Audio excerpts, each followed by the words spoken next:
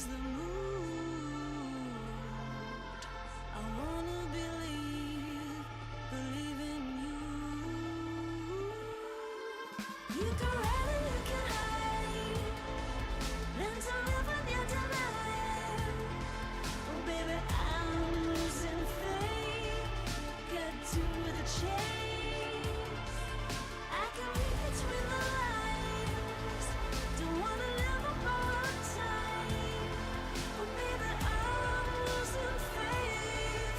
Got to the chase.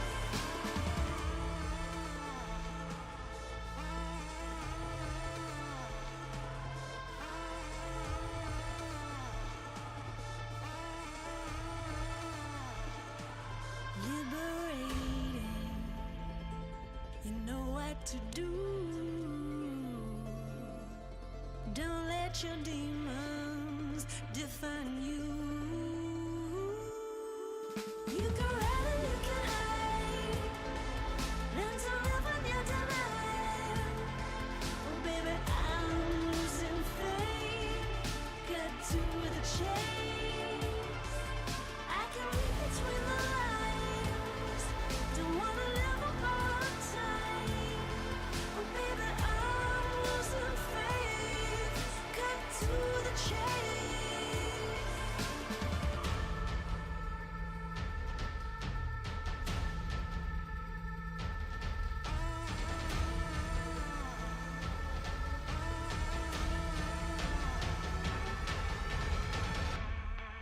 You can run and you can hide.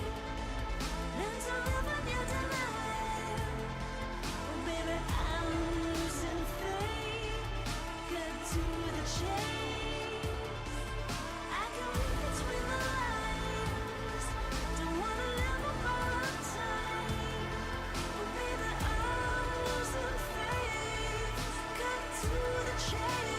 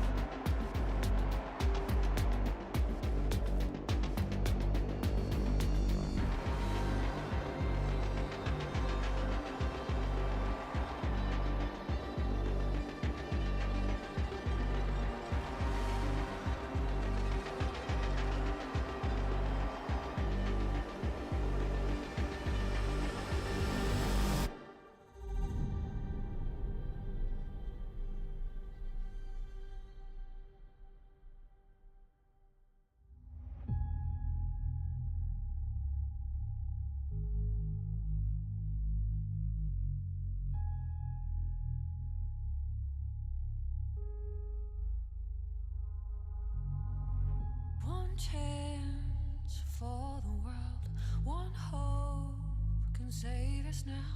Our time for history. Brave hearts will win the day. Run strong all the way. It's time for you and me, 'cause nothing can hold us down. On the ground, nothing can hold us down. On the ground, we can be heroes.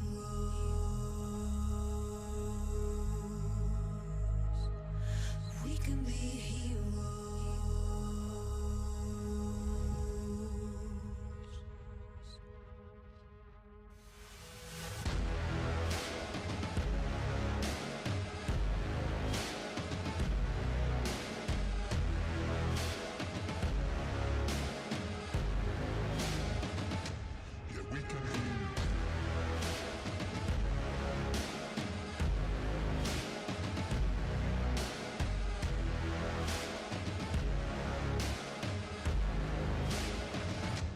We can be heroes.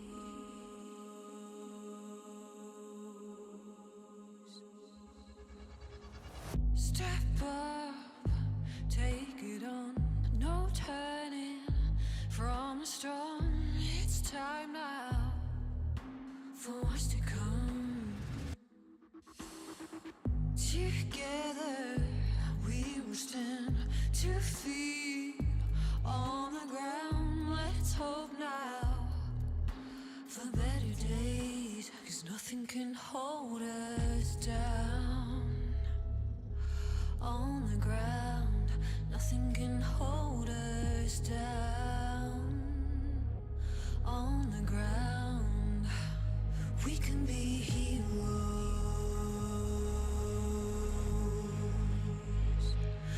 We can be heroes.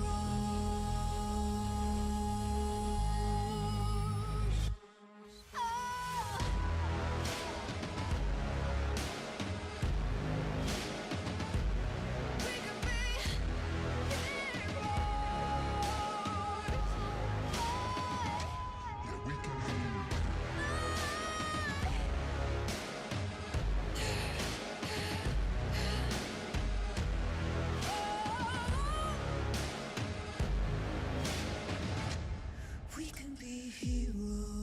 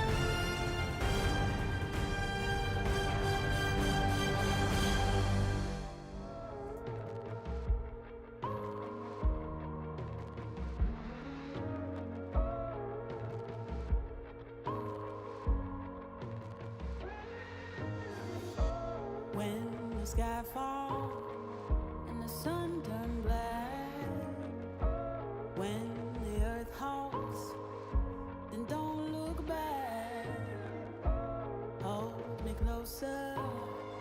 Can you feel my heart? We can conquer and win back all. The tide is changing, floods are coming clear to see. The page is turning, can you feel this energy? Light breaks through the darkness, they are fires in the night. Nothing can break us when we rise.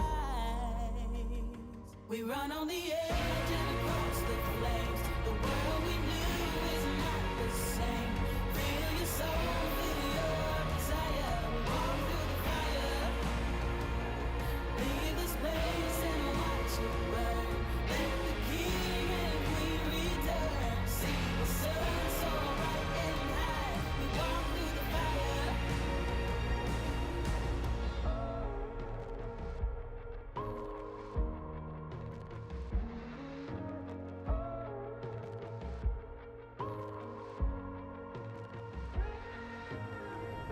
The embers glowing, we're waiting for the blaze, ascending from the ashes, bonfires in the haze. Standing tall now, your feet are on the ground. You fought your demons, nothing breaks you down. The tide is changing, floods are coming clear to see. The page is turning, can you feel this energy? Light breaks through the darkness, they are fires in the night.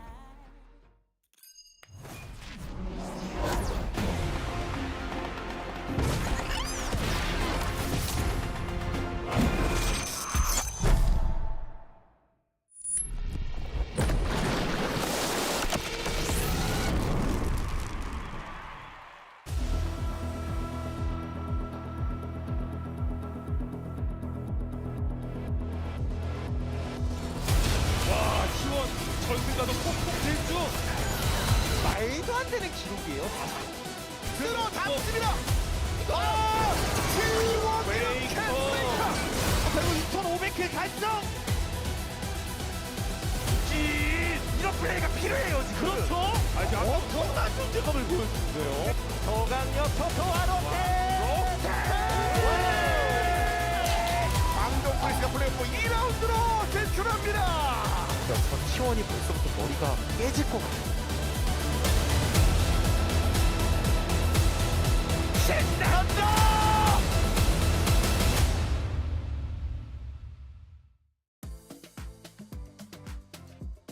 Welcome, ladies and gentlemen, to the pre-show for round 2 of the playoffs of Spring 2022 LCK. I'm Atlas. I'm joined by Chronically here after our day off, and man, we are in for a banger here today as we start this one off.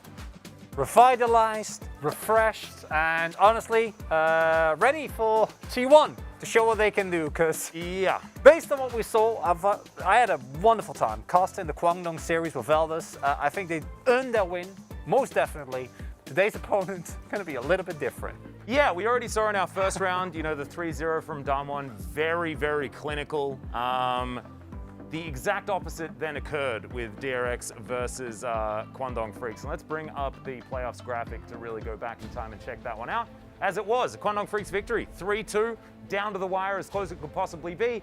Damwon got a 3-0, and that was as not close as it could possibly be. And now we have two pivotal matches moving towards the final. T1 versus Genji, a possibility. T1 versus Damwon Kia to get their revenge. Kwangdong Freaks with the biggest upset in LCK history could happen here today. We don't know. It's all still up in the air. And tomorrow's matchup, I think, going to bring more of that second round energy that we saw in the DRX versus Kwangdong matchup. For today, I think you pointed it out, monumental upset it would be, because this is a team that barely made playoffs. Yeah. That would defeat the undefeated team in the best of 5. First undefeated split ever.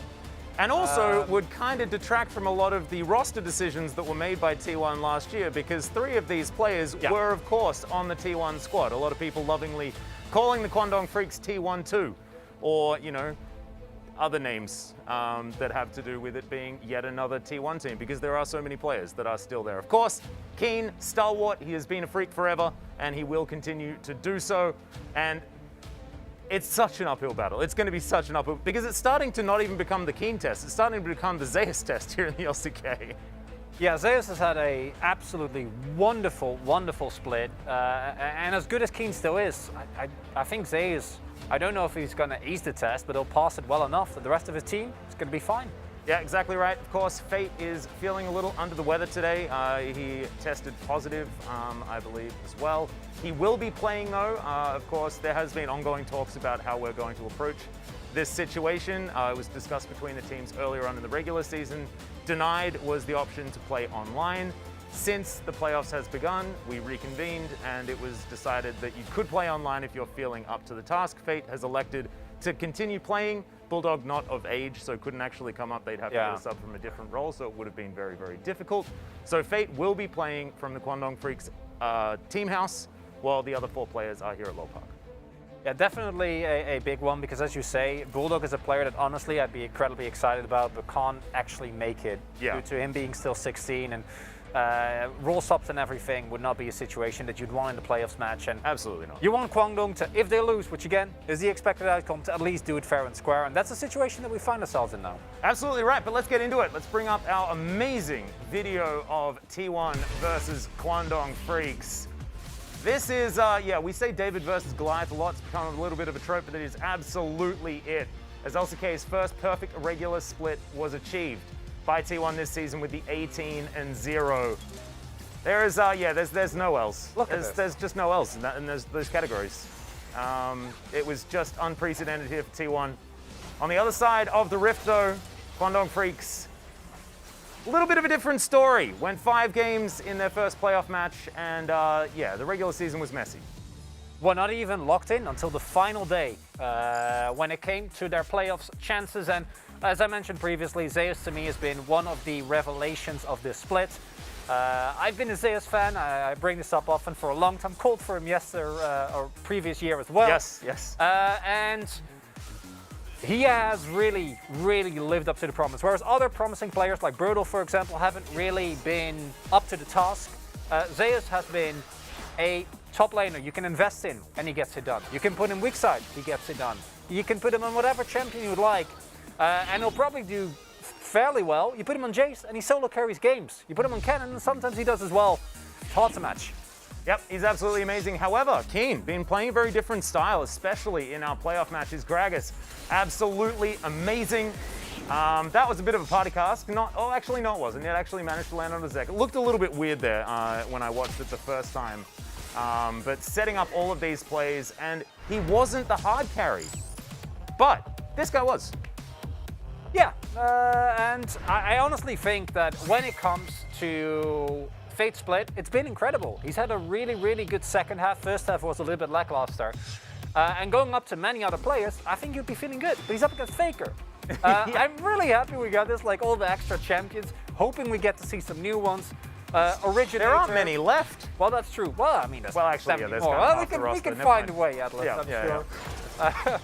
Originator, after aiming, annoyed him, his own words, with the AP Kai'Sa to bring it out in mid, to the dismay of many solo queue players now playing with AP Kai'Sas in solo queue. But he's had a truly, truly monstrous split. No, he's been absolutely amazing. Also made it to 2,500 kills here in the LCK as well. Has been a heck of a lot of milestones here for Faker. But Fate here, as you can see on his namesake champion, he was pivotal in their playoffs match, and he was a player that we were really looking to for answers in the first round robin of the regular season. We didn't really get them until the second round robin, where Fate really started to show that he is still that great player we knew him as. And you could see it the other way around as well. The one couple of games in the series against DRX where Fate wasn't looking hot, that's where they struggled. That's absolutely right, but let's get towards the bottom side of the map. Of course, former teammates clash here as Gumayusi and Keria take on Hoyt and Teddy. And I don't think we should beat around the bush. I think Gumayusi and Keria are the best bottom lane in the world right now. I think Keria might even be the best player in the world right now. This is such an uphill battle for Kwangdong Freaks. And this is for Kwangdong a problem because Teddy's consistency has actually been one of the main reasons I think why this team made playoffs, why they've been able to clinch out that win. He got the steal, right? And you're playing up against, as you're pointing out, not just the best bot lane in the LCK, but arguably in the world. Carry out first time that we have an LCK support for MVP. Like that says it all, really. It's insane. And think back to the supports we've had we've had some pretty good ones. Yeah, I'm just remembering there was a certain, I believe, World's MVP that didn't manage to get LCK MVP. He went by Mata and he was pretty good at the video game. Yeah. If you guys remember, Beryl had some good times in his day as well, but Keria has been definitely a different beast. Hoyt, though, when he gets his Nautilus, has looked pretty good and, you know, does have his Rakan to lean back on and has been another one of these improvement points for Kwangdong Freaks. And what you said there is actually a key point to me. I think Teddy has been great the entire split. Hoyt went from being, I think, one of the worst looking supports in his role to being a very dependable support. But dependable ain't cutting it when you're playing against Gumayushi and Keria, and that really is the problem. We saw that against Deft and Beryl was enough. It's not the same here. It certainly isn't, and there are so many other things that you need to tighten as well up against T1. As we're going to check out some of the stats here, yeah, they look pretty good. For T1, First Dragon, not necessarily the highest, they're 8th in the league right now, but they don't really focus around it, right? They're more looking to establish themselves in the early game, try and perhaps get a Herald, knock down a turret, or let a Herald go, knock down a turret, and then just win the game. Or get Herald and knock down turrets, and then just get every subsequent Drake, which is generally what they've been doing. And of course, in stats, it seems that it has been as well as playing as well as T1 is always going to go over the top, but the most scary thing to me is that not even what you're seeing here from the stats, which again show that Kwangdong did, I think, a lot better. They've had just a generally rising form.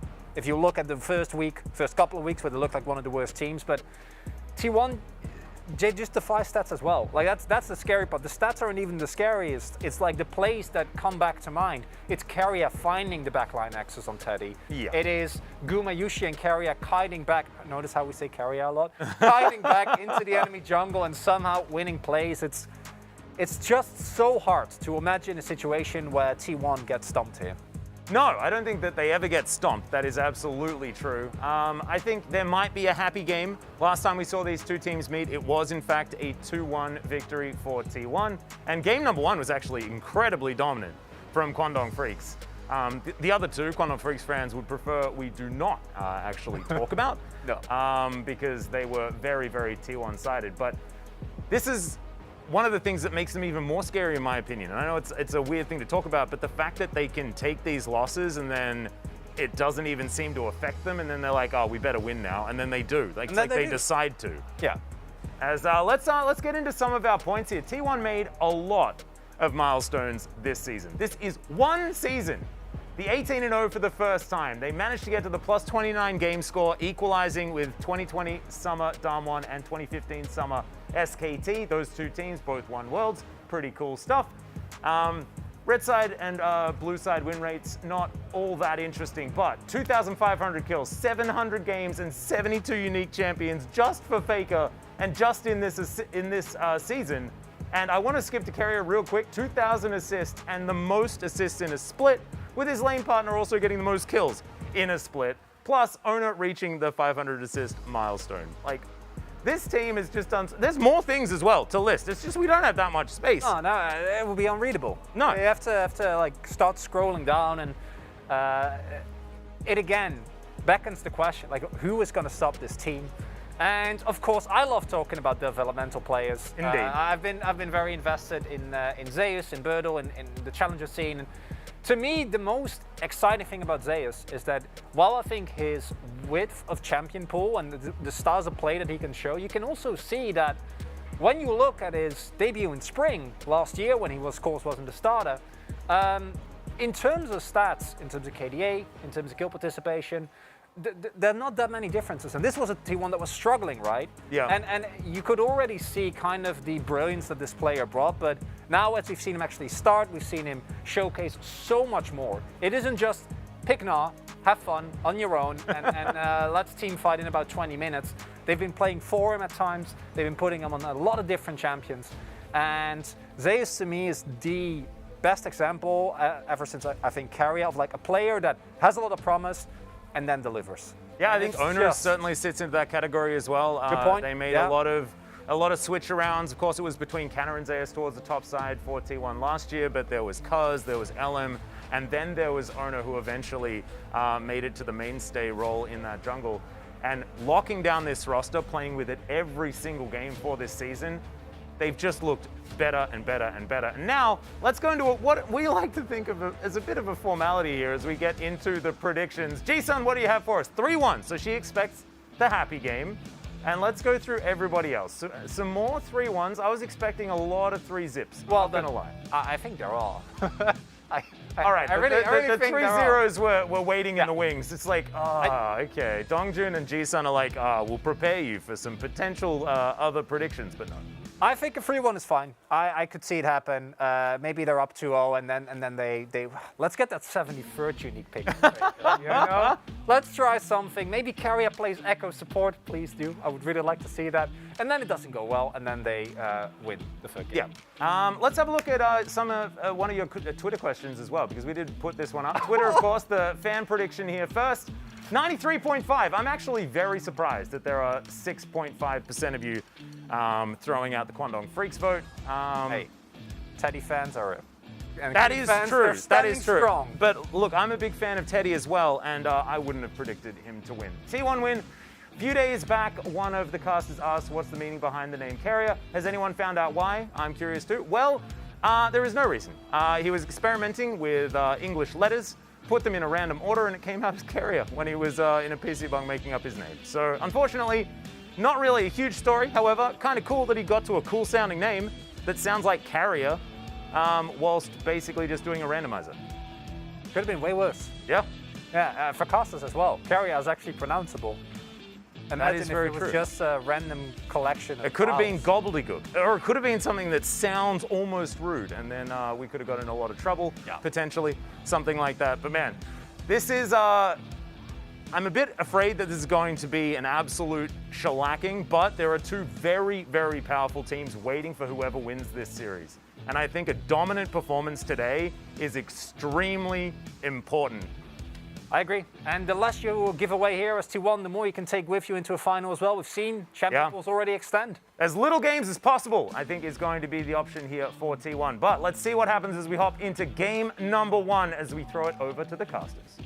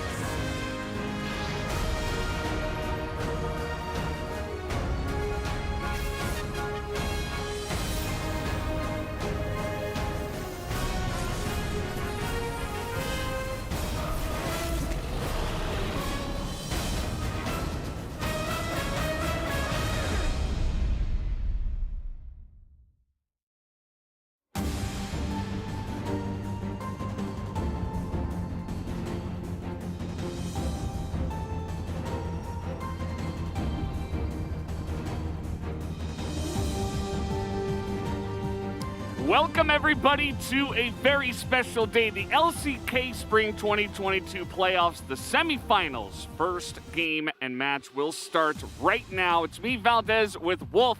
We're going to be bringing you T1 versus the Kwangdong Freaks, and this one, obviously, on paper, looking very favored to T1. What are your thoughts going into this one, Wolf? I mean, my prediction for the 3-0, you guys saw it earlier on the carpet space. I think you know, we only had 2-3-1s. The dominant predictions we saw across the board do really tell the story here.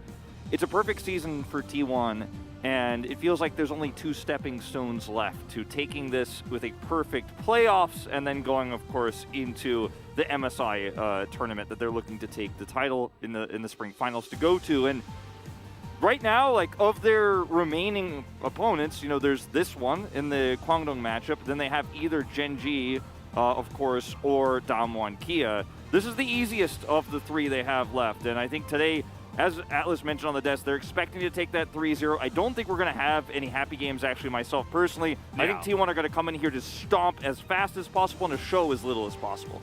Yeah, I kind of agree. You know, just play it standard and just play as well as we know that they can, and you should be good enough. You also have a lot of information because you saw 5 games of Kwangdong up against DRX, and those weren't exactly the cleanest, but they showed a lot of comfort picks and stuff like that. But guys, we do have the coach interview ready, so let's hop over that now. 시즌을 마치고 이제 플레이오프 저희 팀으로서 이제 첫 경기를 하게 되었는데 꼭 승리해서 결승전 진출하도록 하겠습니다.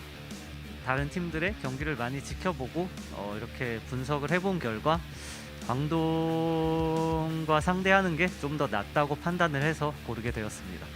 안타까운 일이지만 그 증상이 좀 심하지 않기를 바라고 있어요. 그래서 이제 서로 전력으로 맞붙어서 좋은 경기를 했으면 하는 바람입니다. 주목할 라인으로 뽑자면 탑을 뽑고 싶어요. 기인 선수 같은 경우는 좀 베테랑으로서 잘하는 선수고, 제우스 선수는 신인으로서 잘하는 선수잖아요. 그래서 좀 어떤 식으로 흘러갈지 많은 사람들이 기대를 할 것 같고, 저도 제 예상대로 흘러갈지 한번 지켜보고 싶어서요. 스코어는 3대0 승리 예상하고 있습니다. 저희 준비 정말 열심히 했고 선수들도 노력 많이 했으니까 꼭 승리해서 결승 진출하겠습니다. 너무 긴장하지 말고 평소에 했던 것처럼 그대로 하면 우리 충분히 이길 수 있다. 파이팅! 저희가 이제 플레이오프 2라운드 진출하게 돼서 정말 기쁘고, 네, 오늘도 좋은 경기 보여줬으면 좋겠습니다.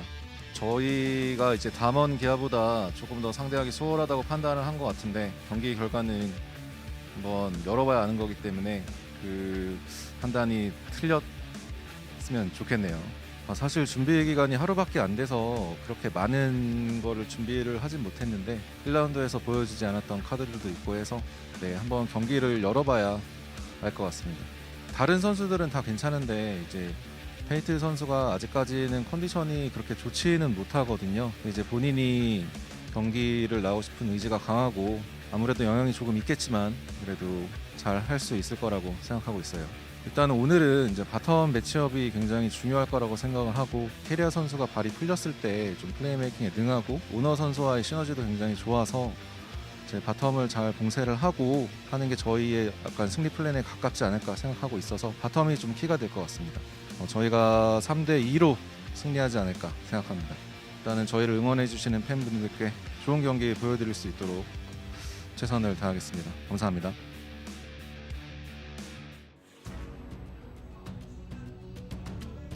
Well, there you have it. Good to see that both sides are feeling pretty decent about this one, as we will get this once again. Faker still not giving us a thumbs up. Maybe he'll give it to us in the finals. But for now, we will see everybody else doing a pose. Always ending with Karia's cute one. As we are just going to see T1 walk out on the stage, and they look as confident as ever. As Joe Marsh has said in many interviews, as so have the players in all of 18 winners interviews they've done on this stage this season. The end goal is not the 18-0, but now the 20-0. The 19 they take tonight over Kwangdong Freaks, and the 20 they take in that final best of 5 in the spring finals against either Damwon Kia or Genji. The expectation is tonight will just be a stepping stone for a team who have already broken so many of their own records even, but LCK records as well in this season. They are the massive favorites tonight. It cannot be overstated. And I mean, I gotta say, nerves must be pretty high on the side of their opponents in Kwangdong Freaks, because they've just barely dragged their way across the finish line against DRX. Were immediately, and I mean immediately picked, like within 60 seconds of the Nexus falling, T1 sent their prediction in. The Kwangdong Freaks, in Afrika's organization, have only been in this place once, actually, in playoffs. And they actually were able to defeat, in the spring season of 2018, KT Rolster's super team, and then went on to go to the finals UCAST, actually, when SpoTV had that grand finals in 2018. That's the only finals Afrika has ever made it to in the LCK. But that was a KT Rolster that wasn't dominant yet. It was a third-place team in regular season. They were not an 18-0 KT Rolster. And as you can see, only 4 players walk out on the stage today because Fate will be playing from the team house. He's got COVID-19, and it feels like all circumstances, all cards are stacked against the Freaks tonight. Yeah, I mean, there's not really too much else to say about that, you know, unfortunate situation. But as the coach did say, he wanted to play, and he's going to play his hardest regardless of the situation. And we know that Fate is an awesome player. Hopefully he can push through that. And this team has really developed a lot. You know, we've talked about that as well, with Element Hoyt looking like maybe the worst jungle support duo in the beginning, but now definitely in the top 5, I'd say, and they're definitely making splashes, and alongside of some of those veterans, we'll see what they can do. Now, if you look at this set of stats in particular, it is obviously going to make an 18-0 owner look better than the second pairing of stats you see here for Elm. However, I do think Elm had a pretty breakout performance in that match against DRX, had more consistency than we've seen oftentimes. He brought his Poppy out as well, which is he was one of the first players to play it this season, and I think it has been kind of one of his best champions. To see his Volibear win rate is quite high as well, and that really matters right now as we've gotten to a point in the season where Volibear is so prevalent. And it was a best of 5 that went 5 games, and yet, yes, goal difference at 15, not amazing here, but the rest of his stats really do stack up. Yeah, something interesting to look at here is, you know, kill participation at 15, definitely making a splash in playoffs at least.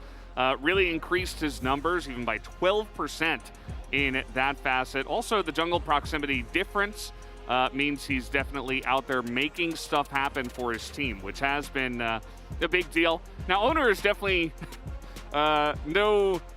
he's no stranger to action either. Definitely one of our more aggressive junglers, and it's been amazing how he's been able to kind of mesh with this T1 roster and come in when they needed him most, and is now one of the best. It's interesting, too, because he defined this team in summer after Danny was fired, and he became the main jungler, and the main roster was set. And then we were wondering how his nerves would be in playoffs, and he played better in playoffs than he did in regular season. Had a fantastic performance against Damwon Kia in the summer finals. So there's no fear for this guy who knows that he is the favorite in this matchup as he goes into this best of 5 today. As a rookie, too. Yeah. I mean, that's insane to handle that pressure in that manner. Really sick stuff. So it's very exciting to see how dominant T1 can look tonight, and if Kwangdong Freaks can even make a dent, crack this team. And, you know, there's a lot of things we could talk about in terms of the drafting style, as this is what our lobby looks like. There's a lot of things we could talk about in terms of drafting style. Oh, but we're going to get a shot of Fate. This Love is awesome, actually, to have the webcam on him and everything, you know. He is included. He is playing with the team. And, you know, of course, Chronicler mentioned on the carpet space as well, you know, Bulldog perhaps would have been called up, but he's still 16 years old. I almost said level 16. Technically true in the game of life. But, yeah, so Fate will be playing. And, again, he wants to play. This is of his own accord as well. And, one thing I found interesting as well is that the T1 players, in their run to 18 wins in a row, their comms weren't always like, oh, we're definitely going to win, we're going to do this, guys. Some of the time it was like, oh, you know, like, this is a big deal, you know, there's a lot of pressure, you know, I'm not sure, are we going to lose tonight, stuff like that, but it still ended up winning. Yeah, it was often frantic at some of the drafting we saw at the end of regular season as well. But it is important to note that they will have side selection, of course, for Game 1. We saw this made a huge impact in the DRX series that went to 5 games for Kwangdong Freaks. And there are a lot of champions that Kwangdong Freaks are extremely reliant on, and I do wonder if we'll see some unusual target banning here from T1, because the meta champions aren't necessarily being played by Teddy and Hoyt in the bottom side of the map, the Nautilus, of course, being the standout one that is.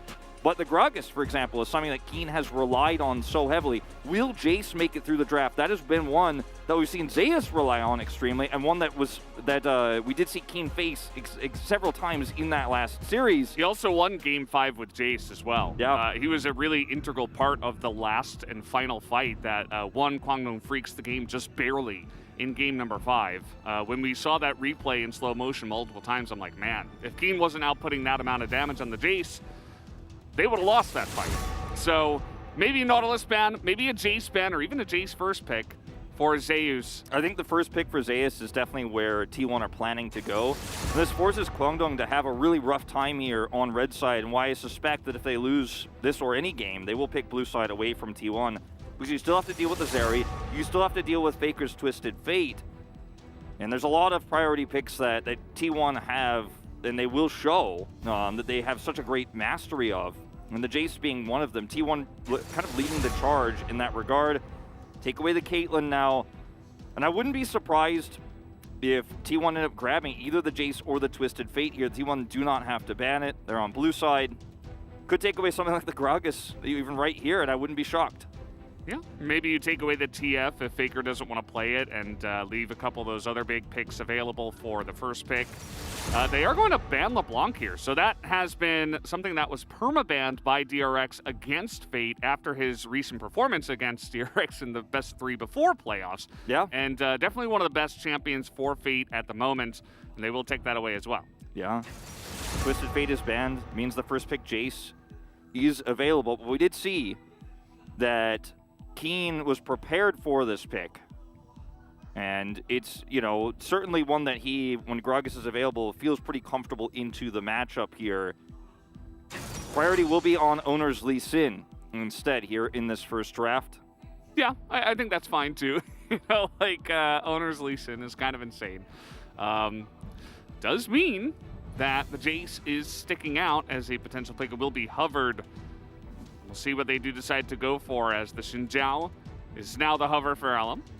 Xin Zhao here to the Lee Sin matchup has a little bit more power in ganking in the early parts. Isn't as reliant on his ultimate as Lee Sin does, or is rather. So depending on the lane matchups, does have some extra power. And I think they'll take the Jace with this too. Feeling very comfortable about picking this one up blind right now. I don't know if you want to do this one blind. I think just kind of a throwback to this one being played by Keen in Game 4. They're like, hey, you might want to worry about this pick, but there's no way they're just going to blind that pick. And Leona is actually going to see some high priority here for Hoyt. Not going to go for his other big pick, the Rakan, just yet. And they will pick this up. Rakan into the Lee Sin, kind of a risky pick because it makes it more difficult for him to flank. But instantly, Zeus will say, thank you for the gift. I will take this Jace immediately into this composition. There's no, word yet on any sort of, mid or bottom damage and how the range is looking just yet here. But Tom Kench as well. Big engaged support here for Keria. A huge power pick. And I say it facetiously, but also he is kind of ridiculous on this pick. So another comfort pick here for T1. And what's so interesting about these drafts so far is they're not 80 carry centric. So as our last series was, right? As the Gragas does have to be picked here or it will be banned away. And when you don't have a Corki like we've seen in the past, you don't want to be picking the Ornn, which was also used as a counter pick to the Jace by Kwangdong Freaks, also very strong into the Xayah. But yeah, that series was defined by Teddy Deft. The misfortune we saw, the Xayah priority for Deft, but neither of these teams will pick up an 80 carry in the first phase. And it's kind of a tricky second ban phase right now with so many of them available. Would you rather try to limit Fate's mid-champion pool, or do you want to shut down Teddy? For Teddy, the answer is going to be taking away that Varus pick we've already seen from Guma. Yeah, I mean, you take a look at the two drafts already. Kwangdong Freaks, they have a whole heaping amounts of engage here. And on the side of T1, they have the poke. They have a lot of disengage with Lee Sin Kick, that Tom Kench, obviously, for Devour. I think that Kwangdong Freaks might be thinking about maybe Kai'Sa, potentially. Don't know if you really want to blind pick that, but Faker has done it before. And it could offer a lot of AP poke as the game does come along. So you see the Varus is taking away that lethality. Varus can be very strong with the Jace just to support that poke. The Varus is also really strong into something like a Karma lane. Oftentimes the Varus can control the early parts of that lane. Ezreal, counter pick, we've seen so much with this champion. Gumiusi loves it. The misfortune will be taken away here too. But the We are picking ㅣ. yeah. That's what they said. The focal point here for T1 becomes a little bit more complicated to divulge because you've taken away another strong pick for Fate here in this Vex. But it's also one of the soft counters to the Ahri that Faker has found so much success with. You have a Jace, you have an Ahri, you remove some of that vision. I mean, it becomes very difficult for Kwangdong Freaks to play around the mid game. See if Faker will get his hands on that one here as Teddy looking to take the potential ㅅ pick is like what I was thinking he was going to do, but covers the Jinx and will lock that one in for more range here against what already is a pretty long range comp with the Jace. Yeah, so no ㅅ. Some of the counters being taken away in the ban phase made me think of that, but just wanting to have something that isn't just totally outranged by, Jace and other poking champions. As what are we going to choose here for Gumiusi? He's like, maybe Cogmaw's the pick. No, looks like he will be going for the ㅅ himself. And ㅅ, normally a short-range carry as we know her, but with the lethality build that we see all the time now, the Feathers, they have some pretty long range, and there's that Ahri we're talking about. Tough call here now for Kwangdong Freaks. The mid Kai'Sa you hinted at, certainly a possibility here, but it's very fragile in this composition. T1, on the other hand, they don't have great hard engage to punish this champion in lane against Ahri. He's not going to have a great time, but he's not going to be pushed in. He's not going to be finding himself losing 20 waves of farm. But the Victor pick I like a lot more, and this is what I was going to mention before that was hovered, is that considering already that you have the Jinx pick here, you have some poke, you have some great fighting in the neutral, you have Gragas cast you can use to engage, Victor is going to clean up house extremely well. And ㅅ, yes, she can escape from a lot of different engages, but she's not going to be able to outlast in a team fight Victor Jinx damage. She just will not be able to keep up if she's going for that lethality build that's so popular right now. So T1, their composition at first looked like maybe it was going to be more poke-oriented. Now it's about getting ahead early, getting that vision control, and using that to actually get Shock Blast damage through, get Ahri pick potential. Because in a straight-up 5v5, in the neutral, if Kwangdong Freaks have enough vision, they do out-damage you, they outlast you in a team fight. Yeah, very true, as the coaches will bow to each other, and we will get this game on the way. A big moment here. I think if game number 1 is a landslide, then, the 3-0 almost definite. But I'm looking forward to seeing if Kwangdong can actually fight them here in game number 1. Try to put a stop to the tidal wave that is T1. T1, in this laning phase, they don't have to, smash it, but we've seen so many games where Karyaguma actually gets so ahead in the early part of things that they just win the 2v2 so hard that the lights go out. So here we go, we're going to the... All right, a little bit of struggle here, guys. A little bit of a stumble Reno as we get into this game. Looks like one of our camera setups crashed, so we're back in now. Don't worry, guys. Look at all the jerseys, though. It's so cool. As, okay, it looks like we finally got there. Game number 1 of the first semifinal. Of course, officially titled Playoffs Round 2. Yeah, essentially semifinals, of course. We will have our second one tomorrow between Genji and Damwon Kia. But yeah, the 2v2 is a place where sometimes Gumiusi and Kerry have just won in matchups they're not even favored in just because their opponents make a mistake, and the punish from these two players is so good that they end up getting 2 kills for Guma in the early game, and then like, well, we don't even get to talk about the game because it ends there. And with ㅅ, certainly a pick where that can happen if she gets ahead so quickly because her damage is so valuable early, especially getting that early Dirk online. And T1 has been a team that has dominated macro in the early parts of the game as this ward is avoided. They did not see Keria in this brush. I think Keria is waiting for the scanner. It's almost available here. And they will get there now. Give this over to Faker. He will return to the lane. So totally fine there. Deny some vision. Keep them in the dark as to where exactly Owner is going to path. Yeah, pretty important information to gather in the early stage. This first Rift Herald with T1's composition is going to be so critical. If they can get it, get turrets off the map, remove some of that vision. I think that's really the milestone we're all looking for here in the early part of this game. it's not going to be as bloody on paper as our last series was with Guangdong. So just kind of setting the stage here. Some big numbers, obviously, when you go 12 and 18-0. It's pretty important. Yeah, owner's Lee Sin, I really love that first pick. Can go with pretty much anything. And also carry a 5-0 on the Tom Kench. And the Fate 0 and 4, I think, is in part due to Fate holding on to this pick as it fell out of favor in compositions that didn't really utilize it very well. But we will also, have to remind everyone that Fate has been more successful on assassin picks than control mages this season. Boy. This lane is in the perfect spot as, no flash comes in. There's the Q, and Fate is going down. First blood given over to Owner. Faker not even going to miss the cannon. Yeah, well, what a start. That's the first kill on the board. Goes over to Owner, so he'll be the one to pick up the gold, but it does remove Fate from the lane. Will take his teleport away early. So much of the early control of this lane, the prio that's going to follow, is going to really affect how this Rift Herald play comes through. So in the early parts of this lane, you can kind of stutter step around and be obnoxious like this as the victor, but if you do push it all the way against a champion that has guaranteed CC, all she has to do is walk up and charm you, and you will die if the Lee Sin is nearby, because it's guarantees he hits the Sonic Wave, and guess what? Owner doesn't miss. Yeah, and the thing is, you could say, like, well, why didn't he just flash the charm? But with Owner having red buff and flash and being Lee Sin, you're probably not getting away anyway. So he just decides that. And the biggest part of that is that the lane positioning is so good. Faker pulls it into a position. Fate's not able to get the crash in, and it's the most awkward timing for Fate. And that's where Owner strikes. And again, some things just look super clean.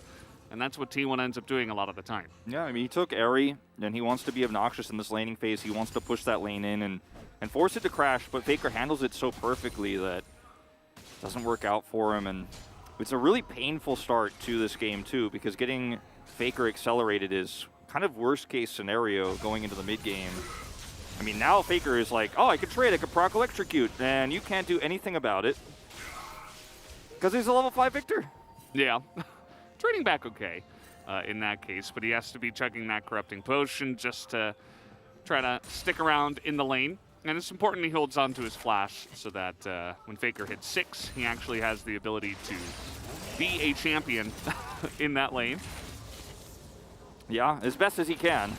The big spike here for Fate in this game will be much later on.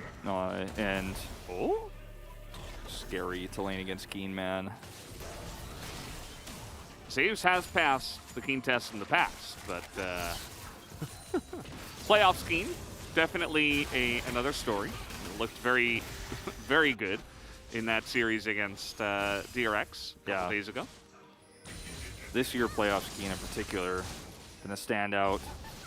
Keen's Gragas play in that second game was phenomenal. In his third game as well, where I believe he picked up POG, it was just actually crazy. We saw some of those highlights in our points of the match video. As the Rift Herald is still 2 minutes away, but the wave state, the lane state here for Faker is so incredibly good that he's going to have prio set up for that. And it becomes very difficult for Guangdong to actually contest this early, which is exactly what T1 want. They've been a team that have controlled Herald over Dragon. We saw those stats earlier. And a team that's obsessed with getting first turret blood, getting that early gold, taking vision away, taking out the mid turret. And these are things that are going to make Fate's life so miserable in the mid game. Cass? Oh, there it is once again. He's dunked right into Keen's arms as he's waiting for him. A lot of damage coming out from Zeus as Elam is trying to run this down, but Owner in position to save him as Zeus doesn't even have to flash to get out of that one. Yep. Very impressive, setup here for Owner, reacting very quickly. Zeus not overreacting. And now Cask is down if they wanted to re-engage. Yeah, and they got that entire plan. Zeus has a lot of health back, but there's a nice little pop of the barrel. And they're just going to kind of posture up there, not going to amount to too much. As I say that, though, Elam and Keen are waiting here on the ward, and Zeus just says, nope, no thank you. Not interested. And Keen will be able to, of course, crash this wave in, but not going to be able to force any kills. Notice the vision setup here, by the way, top side for T1. Body slam used. He's actually sticking around. Faker is, I was gonna say, missing as well, so Kwangdong have to respect this. You know, these are the things that when you have Preshow as Ahri that are so terrifying in the early game, because if she actually gets a roam off, which she usually doesn't in most matchups, but if she's ahead, she can actually impact the game at level 6 to an insane degree. As Jinx Leona, 6 wins in a row here, looking pretty good so far. But again, the bottom lane is going pretty well so far for Guma and Keria. And they're just pushing that in, you know, just being very obnoxious with the Xayah Feathers. And yeah, note the top lane, you know, the first item here for Zeus was the Bam Scepter, just trying to get some more survivability. And then he does go into double scaling item with the Cull pickup here as well. There are 3 control wards in the river, just want to point out, as this Rift Herald spawns in 10 seconds. One, not only, you know, sort of scouting out whether anyone's rotating over to Drake, but also to see if someone is going to try to come down and contest Drake. So T1, actually, because of the massive amount of vision control they have right now in the mid Preshow, they don't actually have to rush over and force the Herald early. They can actually kind of take their time, crash this wave in, catch Keen backing, and then come over a little bit more slowly and take this out. And I think they were even considering trying to punish a Drake rotation from Kwangdong Freaks. But as the timing works out here pretty well for Kwangdong Freaks, it will be that trade. Guma scouts this out, and they have all the information. Like, this is just something I want to highlight for T1, is there's not one single thing on the Summoner's Rift right now that they do not know about. They know every single thing that is happening. They know exactly where Elim is while they take this Rift Herald. It's set up by Faker, helps leash it there. So owner takes this out very quickly. And it's going to be a Drake for Herald here, as is the way of T1. As is the way, and they already do have this nice little 900 gold lead, and they're going to gather more with the Rift Herald. Now that first Infernal Drake definitely going to be pretty nice for the side of Kwangdong Freaks. It's a nice little consolation prize, you could say. A lot of teams, they would just run up as 5 to the Rift Herald and then lose a fight to T1 and just get wiped, and then the game would accelerate even faster. But I like that. Teddy stays bot. LM takes the Drake. They say, okay, well, we don't really want to fight right now. So we'll just take the other objectives on the map, and that's always a better choice. Keen does not have vision of owner. Kick, of course, is available, but we'll be able to clear the wave up just in time. Elim's nearby, didn't feel too worried. The question becomes, you know, of course, where does the Herald crash in this game? Because oftentimes, you know, it's about getting your AD carry ahead for T1, Guma usually when he's on late game scaling champions.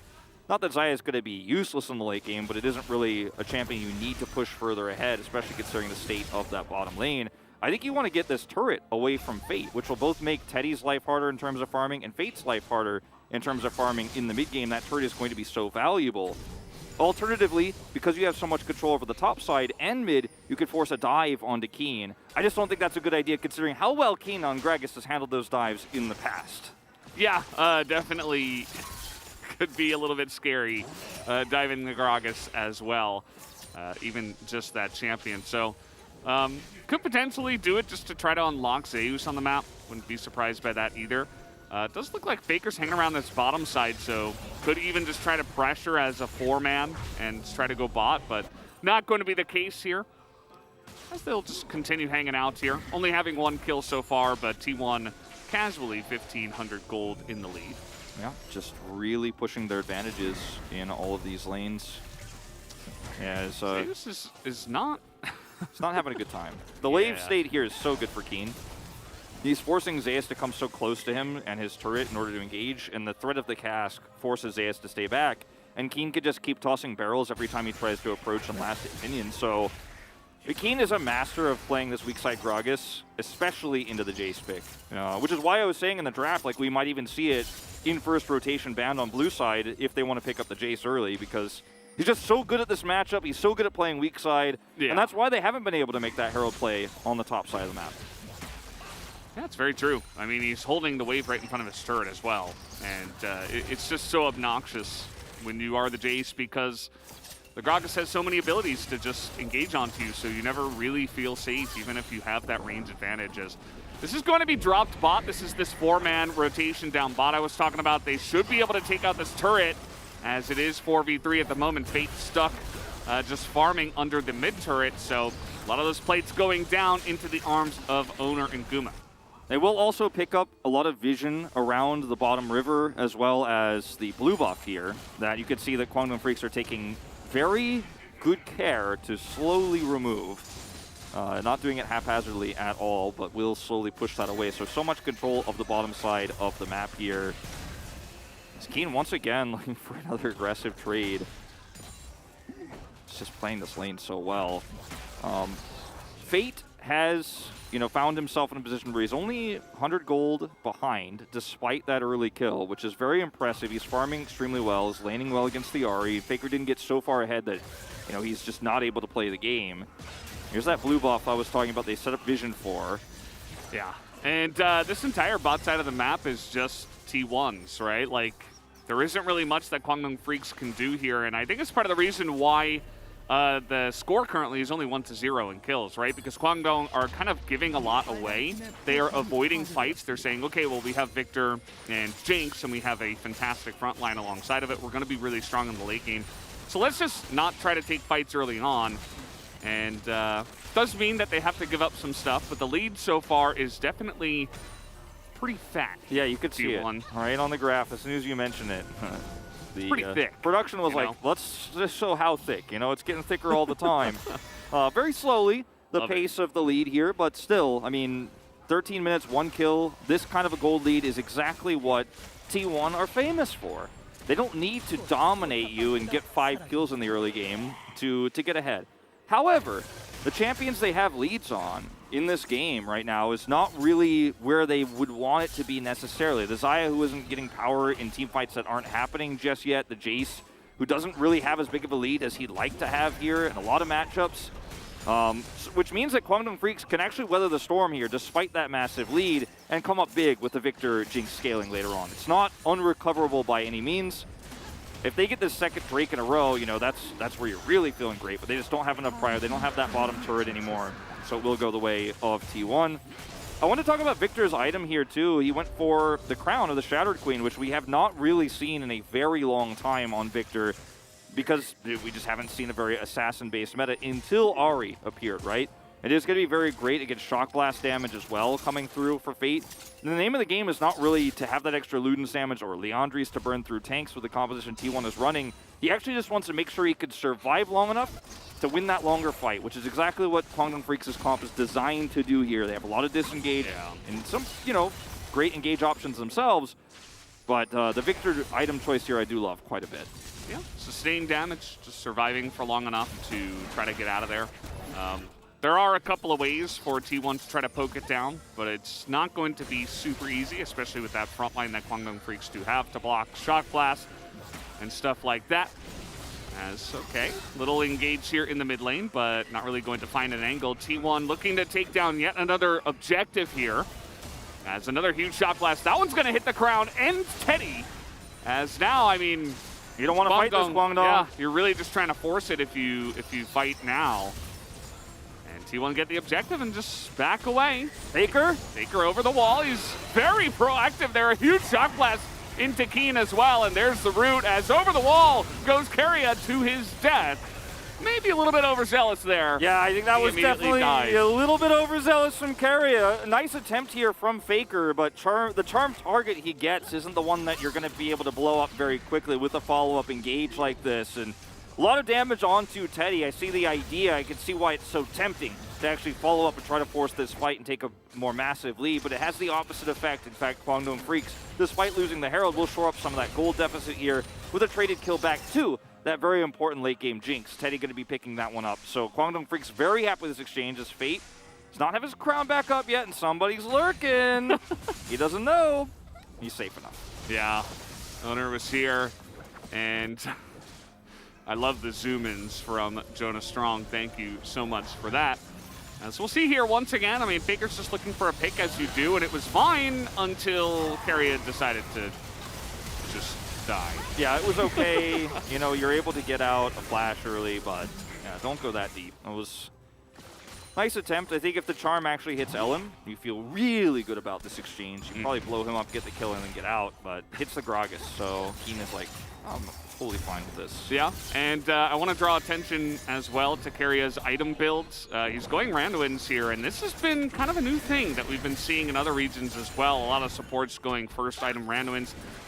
It's kind of been met with a lot of raised eyebrows. I'm not really sure about it myself, how much I like it. Obviously, it's more individually focused compared to something like the Locket of the Iron Solari.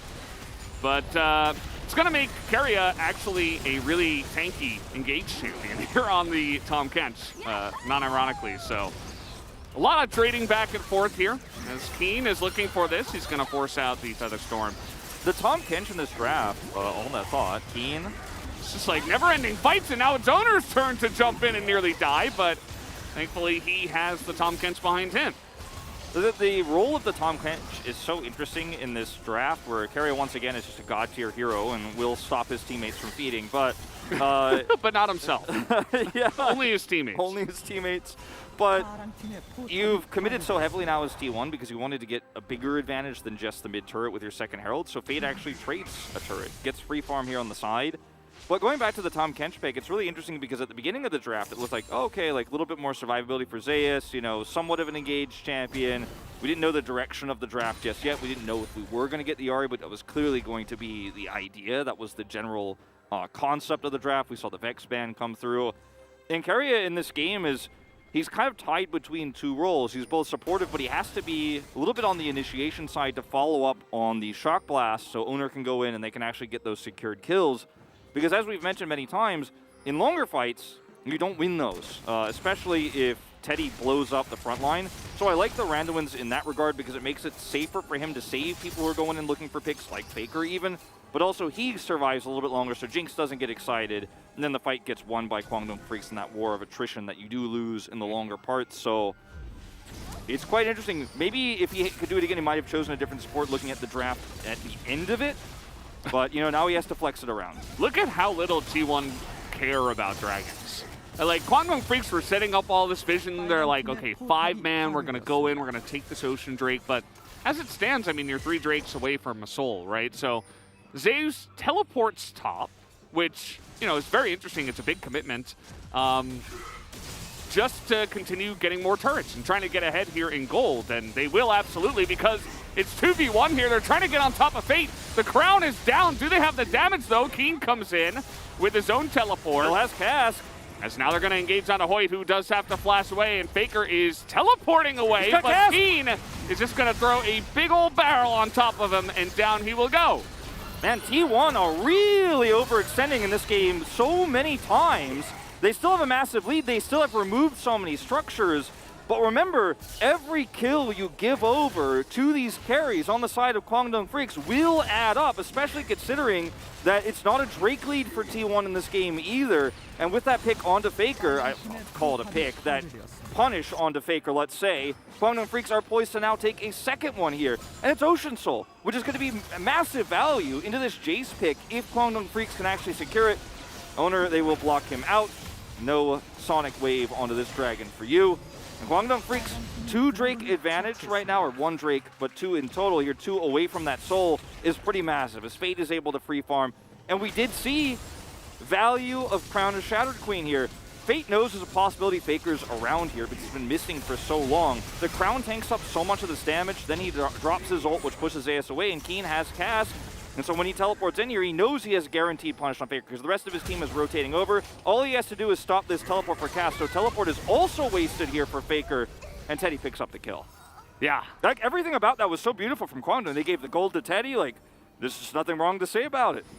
Teddy now 2-0 on Jinx, and they deny any kind of Ocean Soul timings here from T1 to try to push this game faster.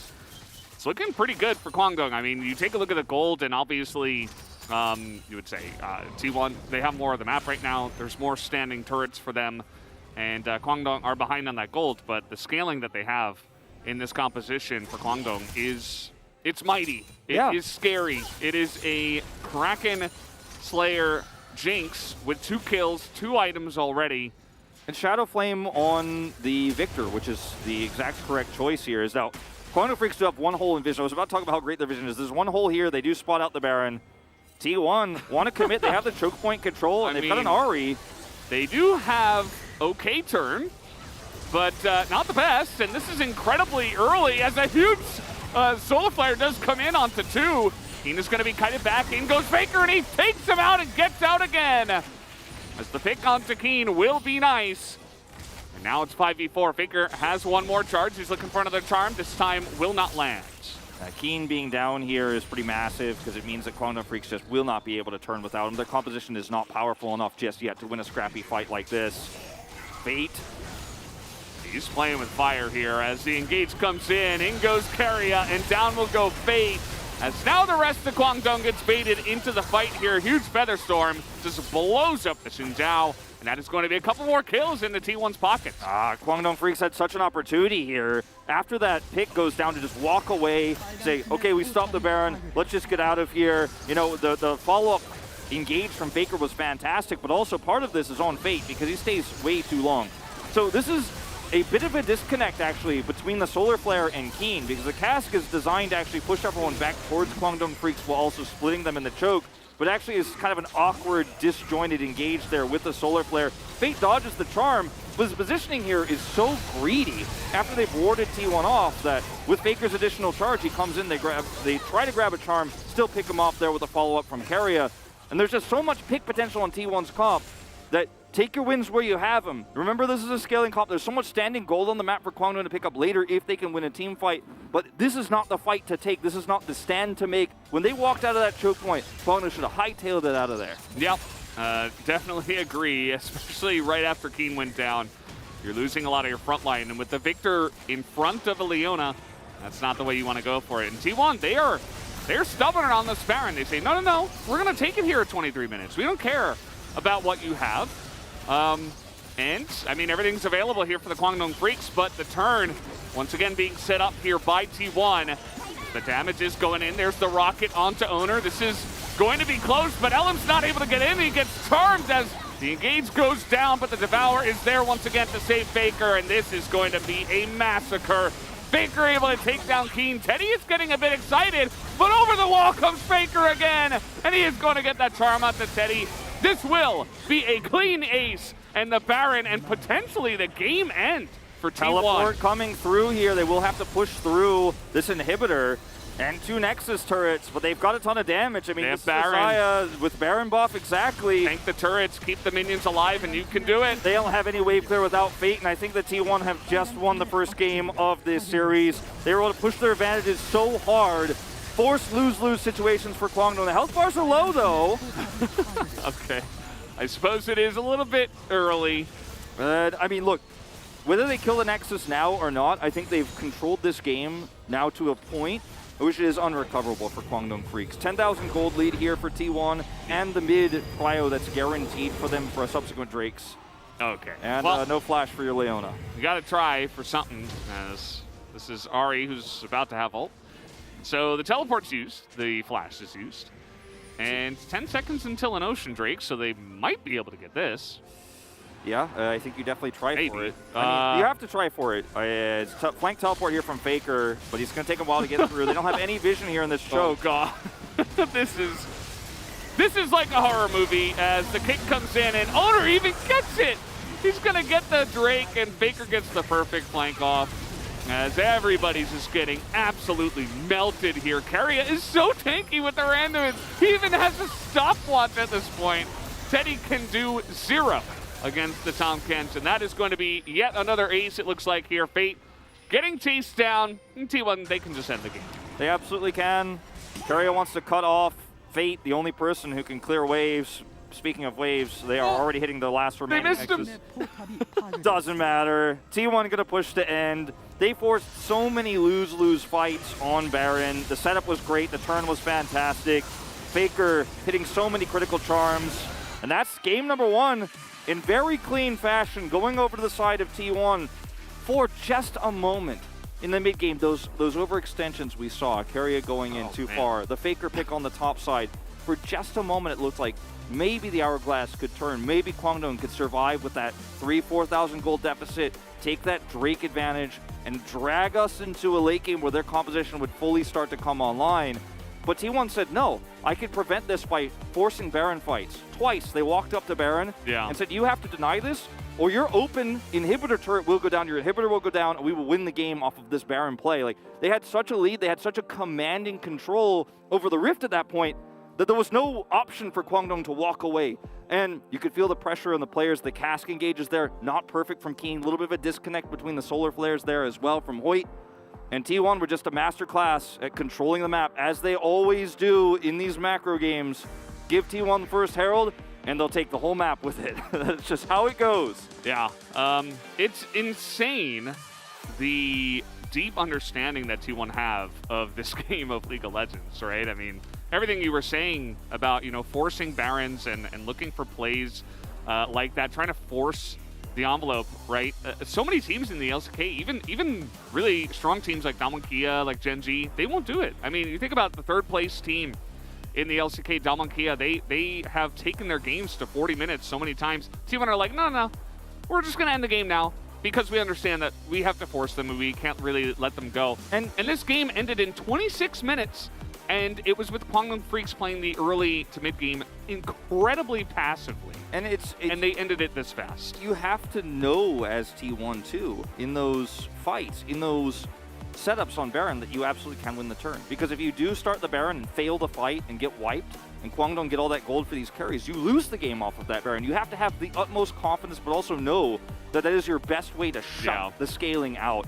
T1 just so smart about the game, and with the greatest player of all time in the middle lane, making all the calls, trying to bring his team to another LCK finals. You gotta trust that the calls are being made in a timely fashion with no fear, no hesitation. And, I mean, there's only Zeus in the booth. Like, everybody's like, no, we're fine. We don't need to look at that game. That was just, we understand everything. We talked about it already during the game. Either way, guys, we have to take a break. We will go to a break, and then the carpet space will be right back.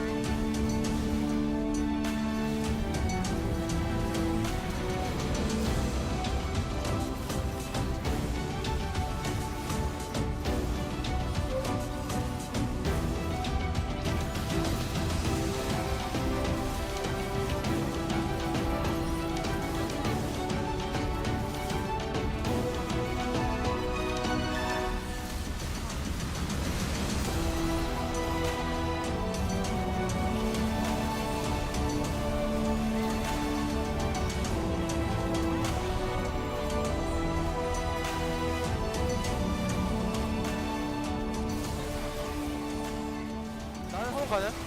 가죠. 좋았고. 밖에 없어. 아. 빅토르 뒤에 박아놨고.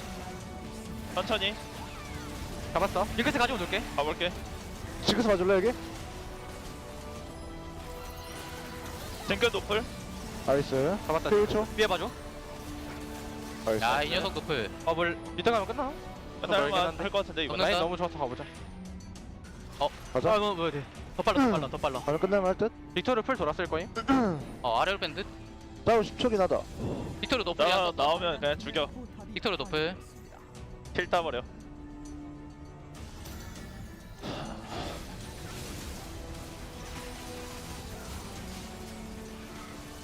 이제 나이스. Something in the air tonight. No matter how many players change, it does feel like G2 and Fnatic rivalry always brings that extra layer of hype or perhaps stake. Dead of night, cross my heart if you die, an eye for an eye. looks like G2s are making the moves. It was because they had that advantage with the Herald. Blade has popped the Ghost. Looking for this. As the Fury underneath the tower, Alvaria Cannon Barrage doesn't really do much. Between these two teams with a lot on the line as well as Broken Blade on Dying Rage. Still an option for this Tryndamere. Where's Alvaria going to go? You got no flash.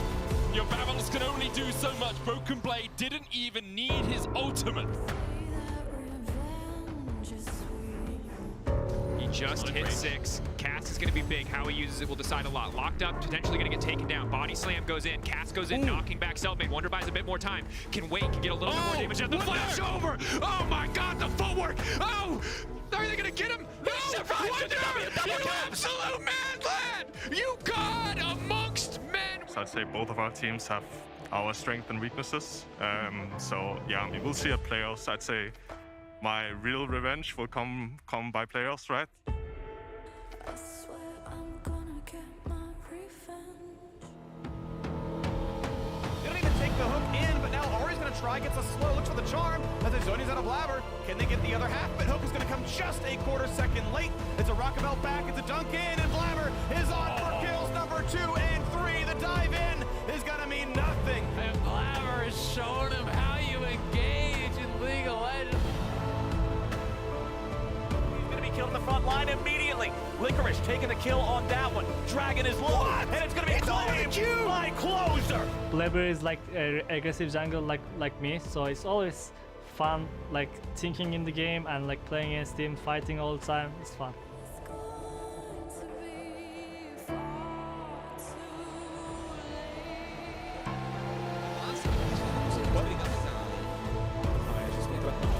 late. Foi aplicado o chute, os Zonias, e o Aegis agora no cooldown. Vai passar a barragem no mano a mano!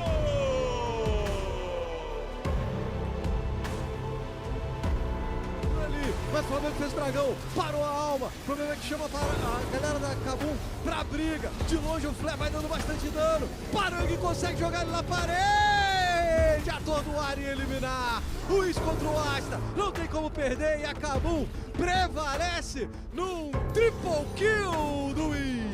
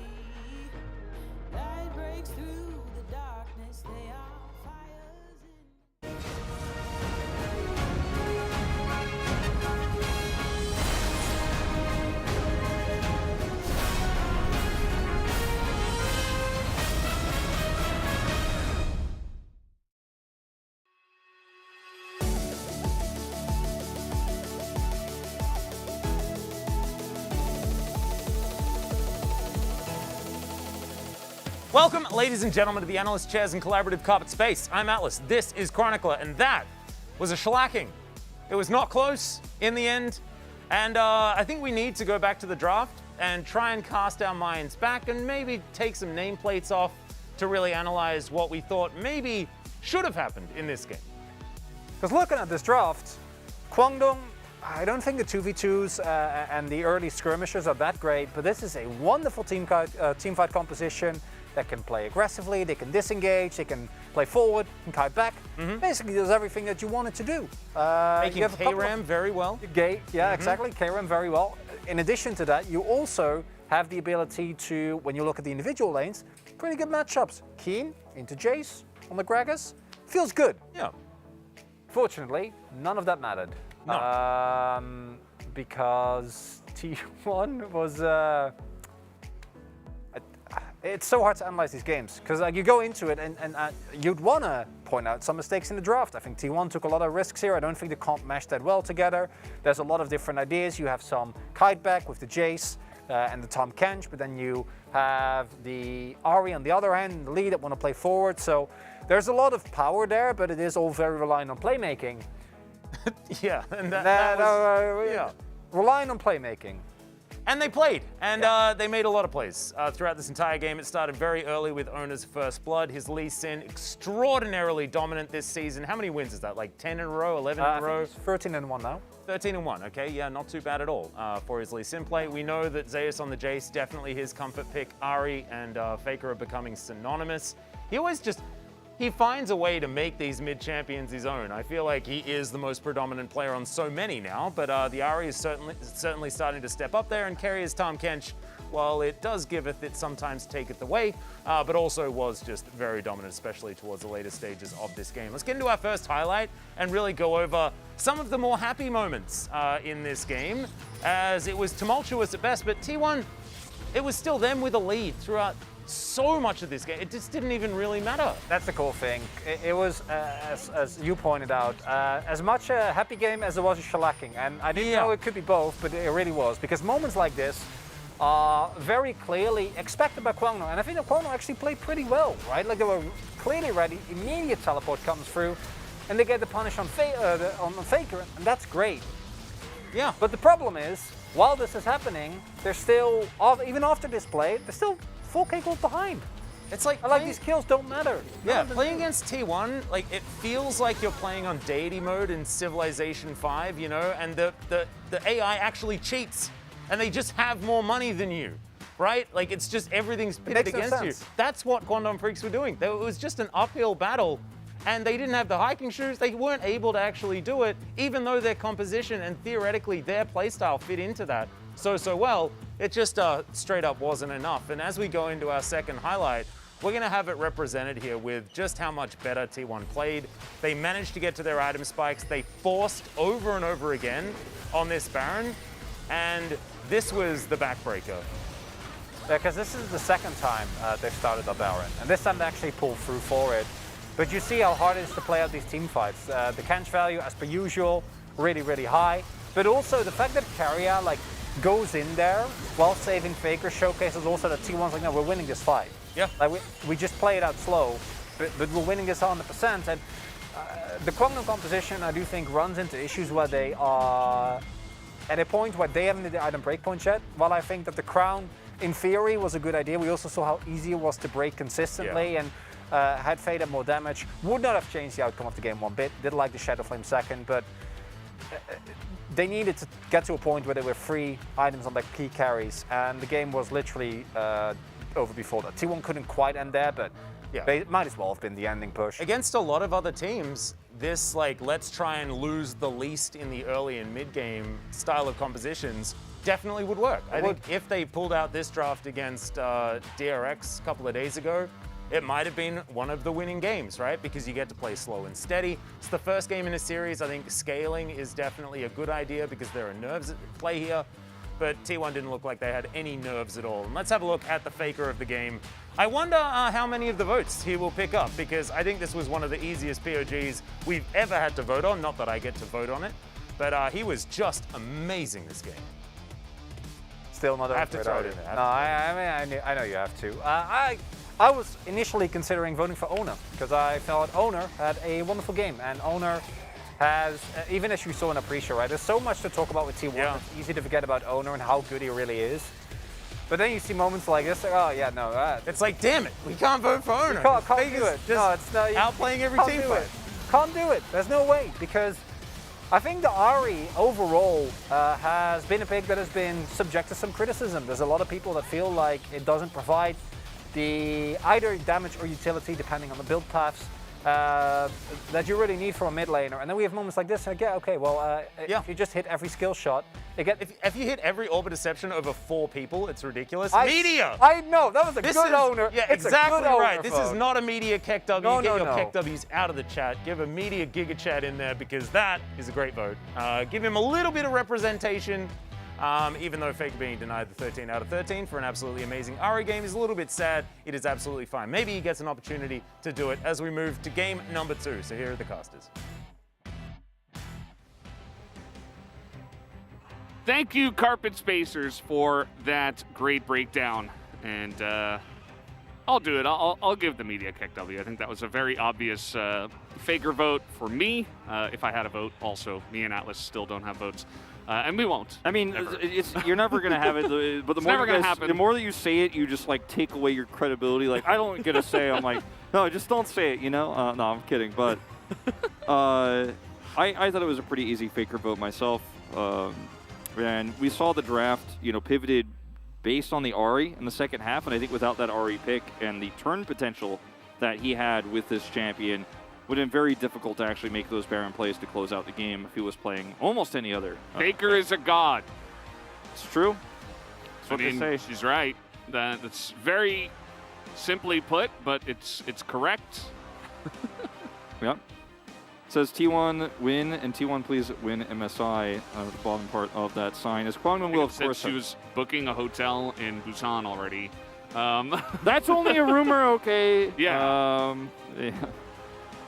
Anyways, let's go back to the draft, because now Kwangdong Freaks will have first pick priority, and this draft needs to change around that. They need to be able to target ban some of T1's best champions, take away the Ahri, get a priority pick for Teddy, and play a slow-paced game. Fate, obviously, he's not here on stage today, and I think that it's not really affecting communication, but his early death really gave T1 so much power in the early game, and so LM is also going to have to keep up because the speed of T1 and the pace of their play is lightning fast, as we've seen. And, they often get 4 turrets before 20 minutes, sometimes more. And you've got to be able to either play a comp that can fight around that first Rift Herald or play safer. Don't allow T1 to get any kills. Defend those turrets better. Shut owner down. If you can't do any of those things, then T1 3-0 as expected. But you've got to have to try to make a dent here, Kwangdong Freaks. And on blue side, they've got the opportunity to control the pace of the draft. Very curious to see how this one is going to go down after the swapping of sides. Kwangdong Freaks start off with the Caitlyn ban, the Zeri on red side. Also kind of expected. It does mean that T1 doesn't get to ban out, Nautilus, Rise, LeBlanc. Straight 3 in a row. So will be interesting to see how they mix up their ban. Yeah, I mean, I wouldn't even hate if Kwangdong first picked LeBlanc if it was given, if they were given the opportunity to put Fate on his best champion. I think Kwangdong need to draft not for tiers, but actually for their players. Love this Ahri ban targeted towards Faker, especially considering the fact that the LeBlanc first pick is a very strong possibility here. As the Twisted Fate is removed. And Kwangdong have a lot of options here. Could just ban the Rise, but we're not going to play that early roaming style. We're not going to let that mid global come through. Corki, interesting here. Yeah, very interesting. I mean,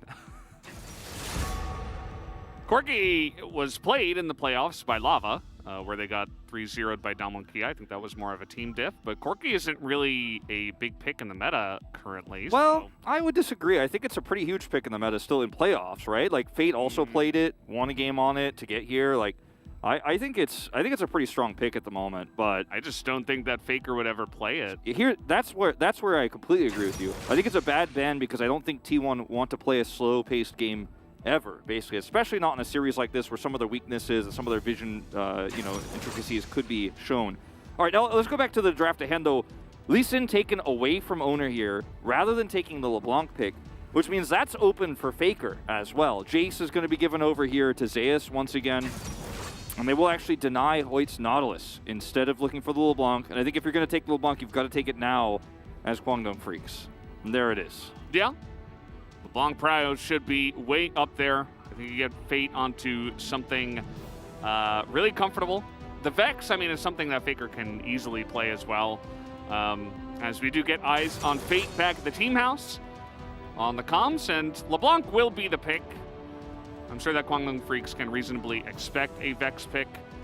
And they make sure that, yeah, they 100% will see it. I think that hover was also kind of like a call out. Like, I know you're going to pick this, but I still am going to pick LeBlanc into you.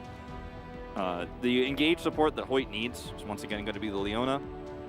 Now, what you lose by picking this Leona is the Gragas, because now T1 will be able to ban that one away in the second phase, so Keen won't be able to have that really comfortable matchup into the Jace, and they could also ban the Ornn with it. This was the obvious pick for Faker.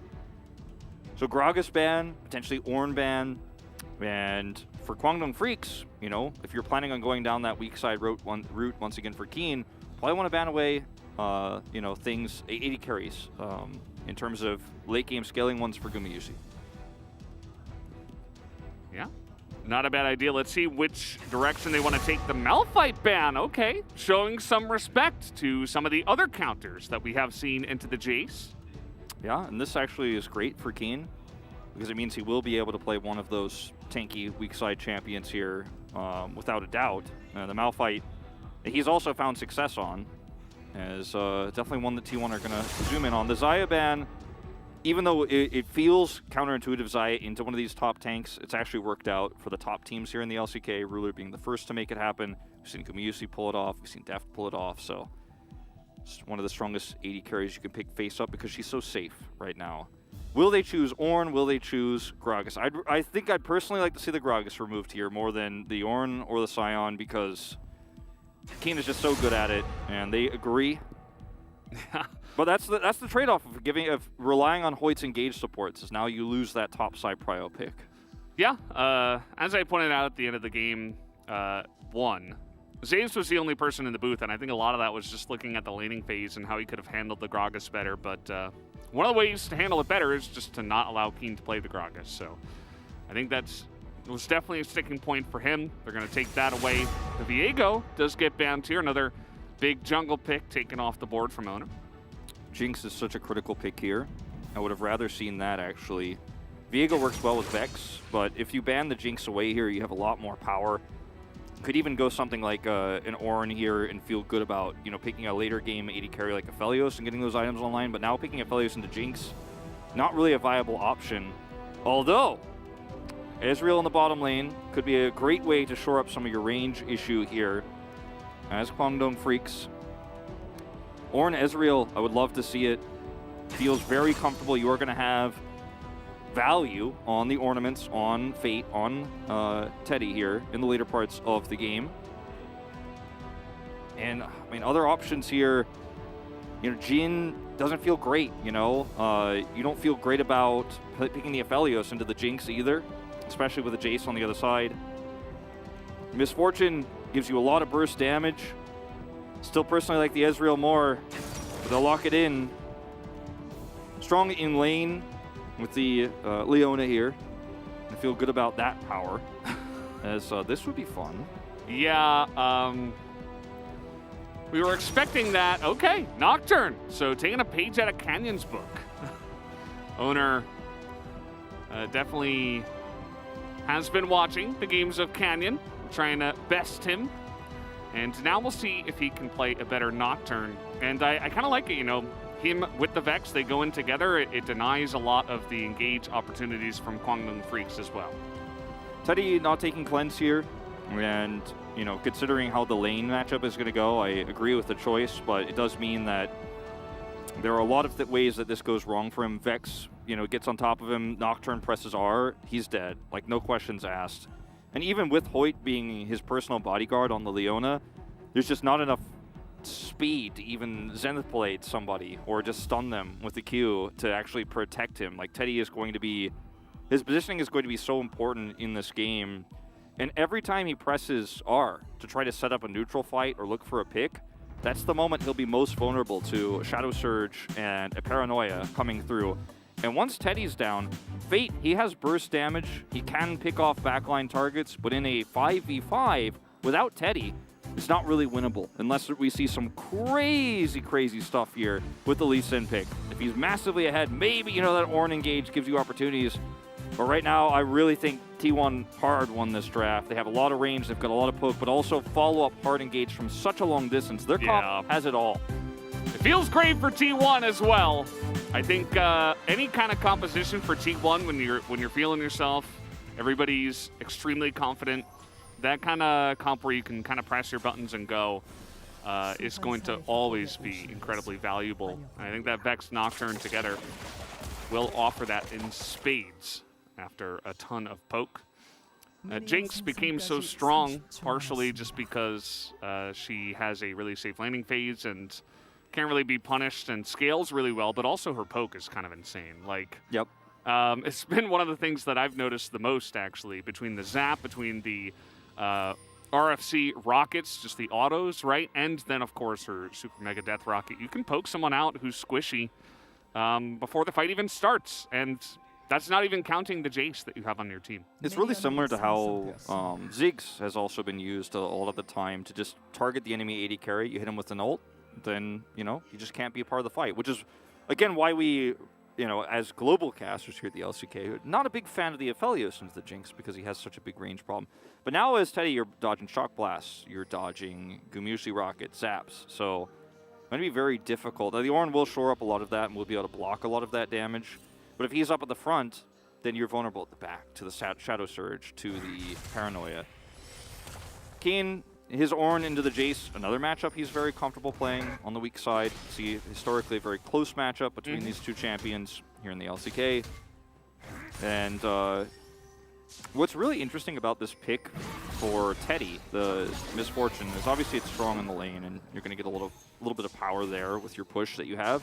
But he's also really strong into squishy champions like the Vex. And if you get a tempo advantage and you can control team fights, like you can push the Vex out, you can actually burst the Vex down. She can't Shadow Surge you. She tries to Shadow Surge someone else.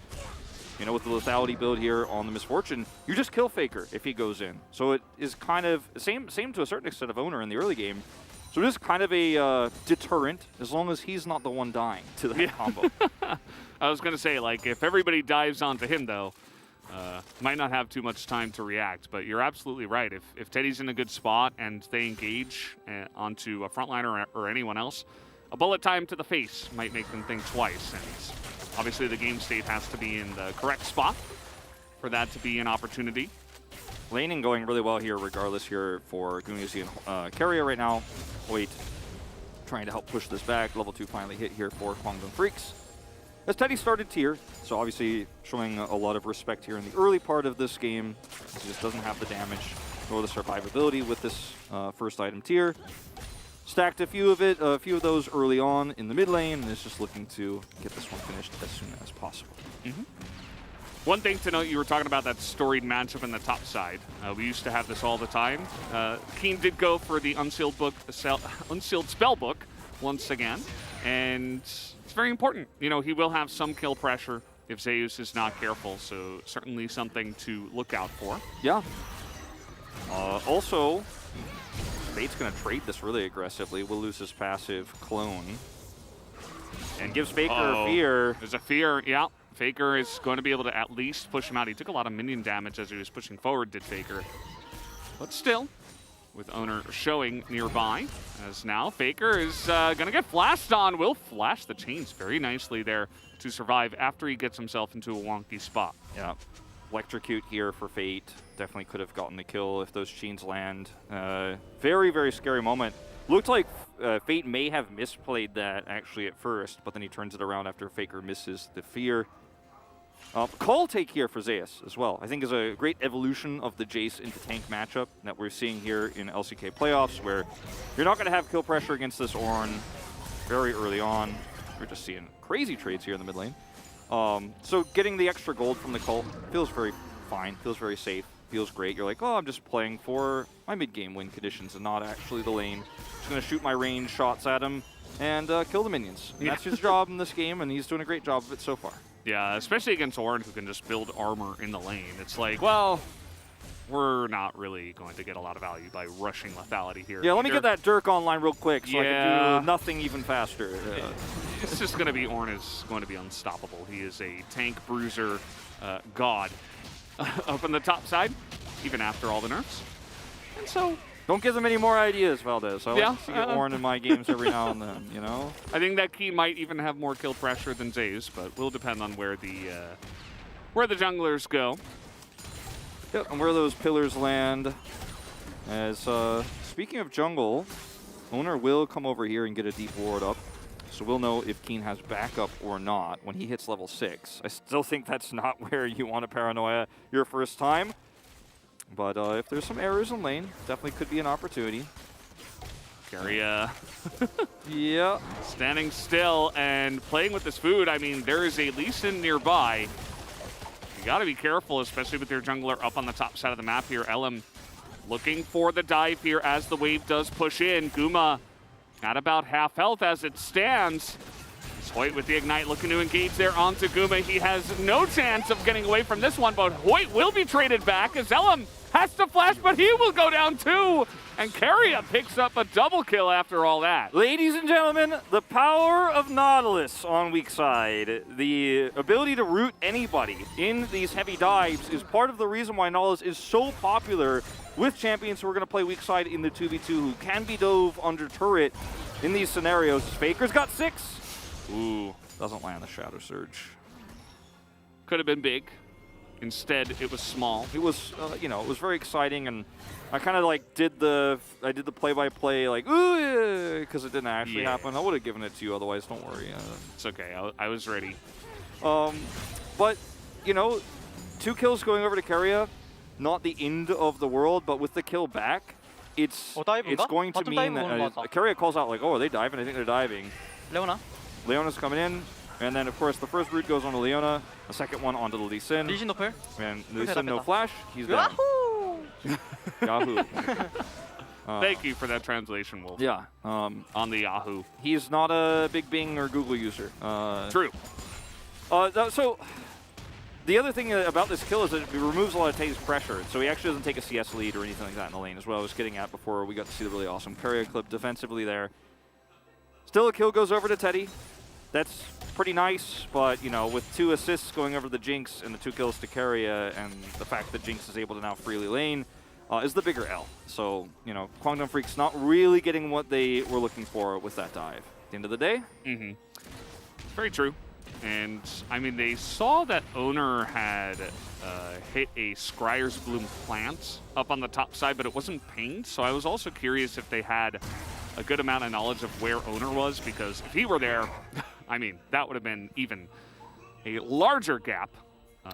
Not even just the double kill, would have been a lot more for the side of T1, as now everybody is roaming up to the top side here for the Rift Herald fight. Yeah, and this is not something that, you know, Kwangdong are here in time for, just frankly. I think they definitely could fight for it if they were all grouped up, but T1 just has so much prio. Keen can Ornhorn his way to a turnaround here, especially with the bullet time, but it's just so late, no vision. Hoyt is just not here yet. I mean, he's so far away. As you pointed out, it's just the timing isn't good, and now T1 looking for the engage here, trying to get on top of the Lee Sin, and down will go Elim. Owner flashing forward, and will not land the fear, but Teddy with the bullet time, trying to get that damage down, will at least be able to take out Guma.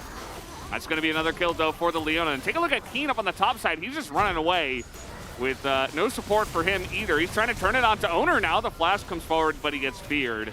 And that will be a kill into the hands of T1. And this game is accelerating faster than Game 1. Yeah, in Game 1, we really championed that Kwangdong were willing to cut their losses and give up the Herald, because they had a comp that had better late game scaling. They didn't need to force a fight there. And so many LCK teams will make this mistake into T1 with their high first Herald win rate. When they take these, they win. And I was talking about, like, oh, maybe they need to draft somebody to beat this. This composition with Ornhorn and with bullet time and the setups can actually win these fights. Not like this, though. Not where Ornhorn is completely useless, just hits Faker because T1 collapsed into this choke point using the cover of darkness. Paranoia is perfectly timed. And yes, Chetty does trade one back with a bullet time that was given to him by T1 in a choke point. But without your support here, without vision, this is never a fight you could take. And it looks like somebody in the comms was like, we've got to fight for this. We can't give T1 first Herald again. They're going to take the whole map. So they forced it, but it wasn't the right call. And now T1 get first Herald and several kills. And this is a disaster. It's what we talked about in Game 1, you know. It's always the trade-off. If you feel like you can fight for the Rift Herald, you have to be in position to fight for it. But if not, you're just going to get wiped and give it over. And that's exactly what we saw.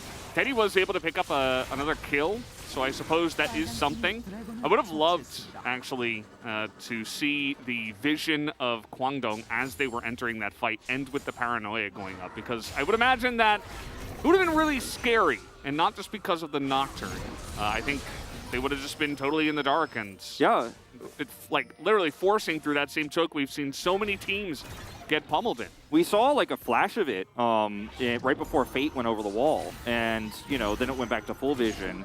And Fate went over the wall because he was like, well, I will try to give you guys some sort of idea, right? As Keen's trying to close in and set up for the Ornhorn, as Perry is super deep here. Fate already used his distortion. Well, that ain't it, but we do have Paranoia. We did have Owner nearby, but elects not to go into that one, as some pings now onto the enemy support here. Hoyt looking for the engage, but will not find it onto Owner. Yeah, T1 just get away with this aggressive roam mid lane. And Guma's just down here farming. Teddy finds himself super behind. Oh, no. This is Nocturne coming on in, and this is the power of Nocturne and Nautilus, I suppose, as they just make that look so easy. Keria with another pristine setup.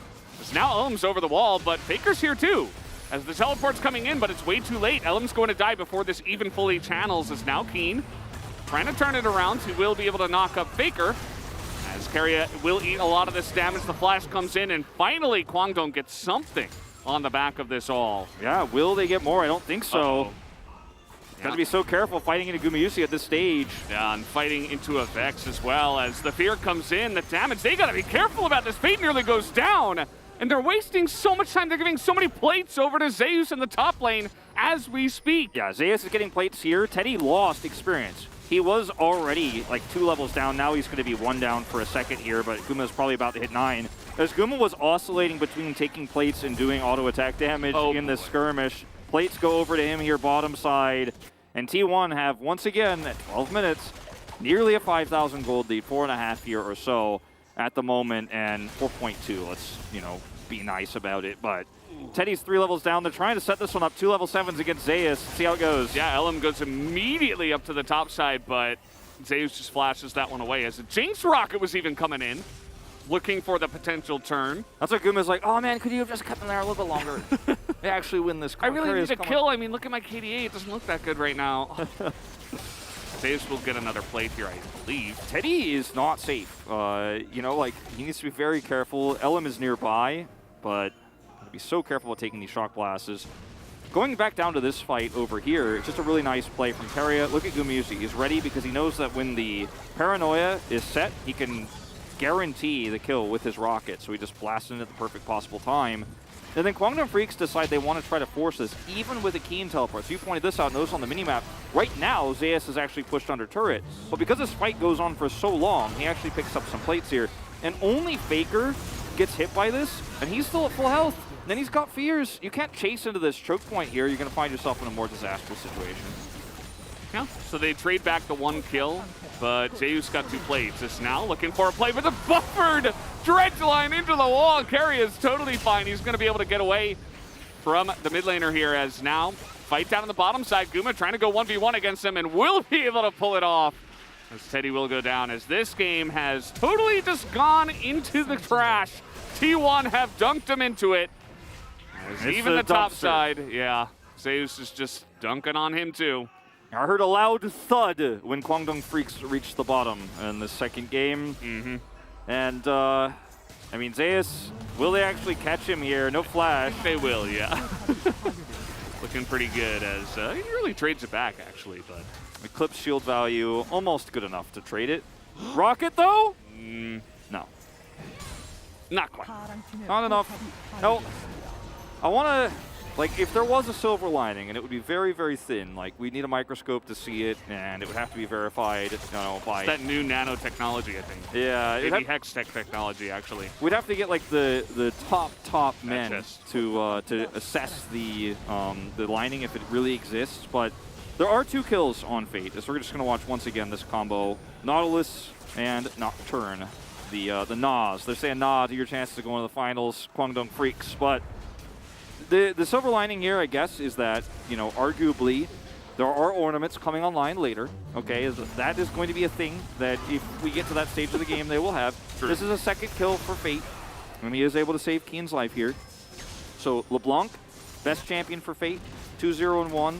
Doesn't have a Dark Seal or anything like that, but he's starting to become relevant. And if T1 play with their food a little bit, there are chances where, you know, Carry gets picked, Gumusa gets picked, he's got cleanse, it's going to be tough, but there are ways, if we can really zoom in to where this goes okay for Kwangdong Freaks, but if you zoom all the way out, you can see the 6,000 gold lead, the Drake advantage here, the second Rift Herald going over to T1, the 2 turrets they've got, and it's not looking great. I admire your ability as an analyst to find the very microscopic silver lining. It was very well done. But let's see. Okay, Fate is going to go over the wall here and immediately just get clapped. Little do they know that Owner is also here, so now Elam feared over the wall. Rift Herald was essentially taken just by Guma. I think he had a little bit of help. But now he's just going to go take another objective. Go take the Ocean for himself. Yeah, I mean, they just grouped up on top side. Look at all the wards around the second Rift Herald. And, I mean, it just makes it much more difficult for Fate to side lane because he doesn't have a turret up there.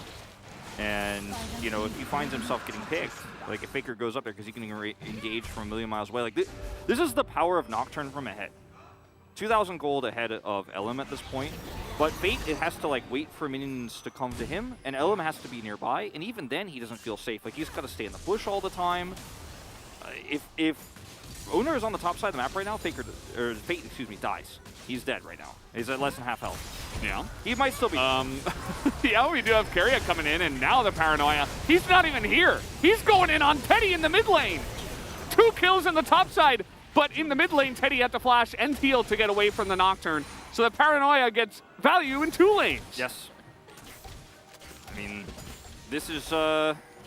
He might die now because he's just AFKing. But I think it's fine. He's actually maybe even turning this around. Oh, he's got a stopwatch. He's totally fine. As now Keen is going to go down. Best item in the game as now T1... I don't know, man. They've got a Rift Herald at 17.5 minutes. I don't think they can end the game, but the game is over. Yeah, the game is over. I was trying to save that one for game 3, but...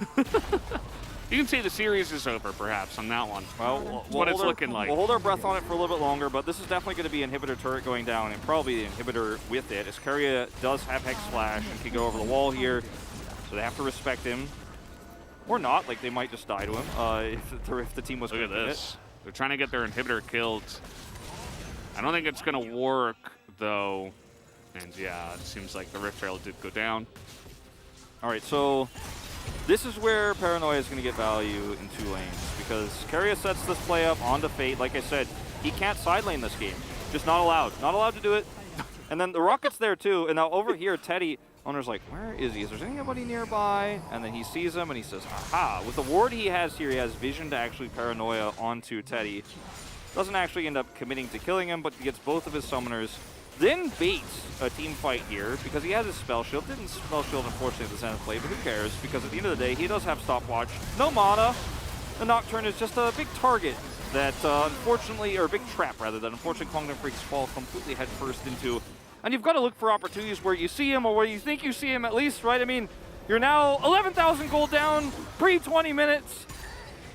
And this is why I said to you guys in our group chat, the cast, if anyone's saying 3-1, we're going to have to raise some eyebrows at that because this series could not be more one-sided.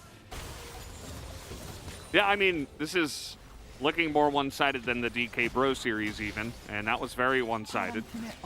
Series isn't over, but again, this game certainly is. T1 taking their time, just pushing down all the lanes here. Fate is still in the top lane, trying to get that objective bounty. Here he comes, Can't really blame him. As, yep, Shadow Surge comes in goes the Vex, in goes the Nocturne, and someone is going to die when you're this far ahead. 11,000, now 12,000. As another Inhibitor will go down. They're really trying to push the issue here. The bullet time will be flashed away from. So another potential Shadow Surge will come in, but not going to pull the trigger on that. Now T1 concedes up these turrets. They have that mid-wave coming through. This should be the end. Oh boy, Fate gonna get caught on the LeBlanc, and they're looking for more. Owner has the Spell Shield and the GA, as he will just survive here 20 minutes in and 20 minutes out. That is going to be the end of the game. Teddy, the last question is, will he survive? Looks like the answer will be yes. As T1 love to play with their food. Doesn't look like they'll get a kill. 20-minute win for game number 2?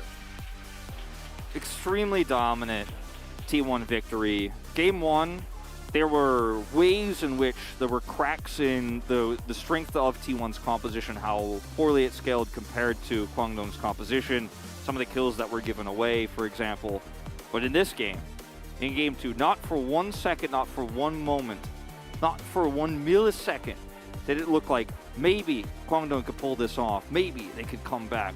No, not even a chance. Not even the biggest Kwangdong Freaks fan believed at 15 minutes in this game that there was a chance. He was thinking about game 3, as is the coaching staff right now for Kwangdong Freaks, because with blue side advantage, with the LeBlanc pick for Fate, the first time he gets it in playoffs, they're not able to pull anything off. He was 2-0-1 in the mid game, dove on the top side, no side laning potential. You give the Rift Herald over the T1, they crush you. You fight for it and lose, they crush you even harder. And once again, we saw in the booth for T1, I mean, they're not even grouping up and talking about the games. It's almost like they're playing scrims. You know, like you even group up and talk about scrims more than they're talking about their games right now. They're just stomping so hard that they're just like, we already know what happened. I mean, wasn't much of a battle. Their communication is just so on point. Their teamwork is insane. Like the way they set up for fights, especially on that Rift Herald, was the most striking thing for me. Keria has almost 4,000 damage. Both Elim and Hoyt's in at 2.4k. They just had no opportunity to do anything this game. Like Hoyt and Elim's damage is the same because Elim couldn't do anything. He was just so far behind. He tried. So oppressive. He did try in the early parts for sure. And the attempted kill on Zeus with level 7s, you know, it was interesting to watch, but man, this one feels all over but the crying unless Kwangdong Freaks can pull out the biggest upset and reverse sweep of all time. It would be of all time, I do agree. As guys, we are going to take another break and have the analyst carpet space. We'll be right back.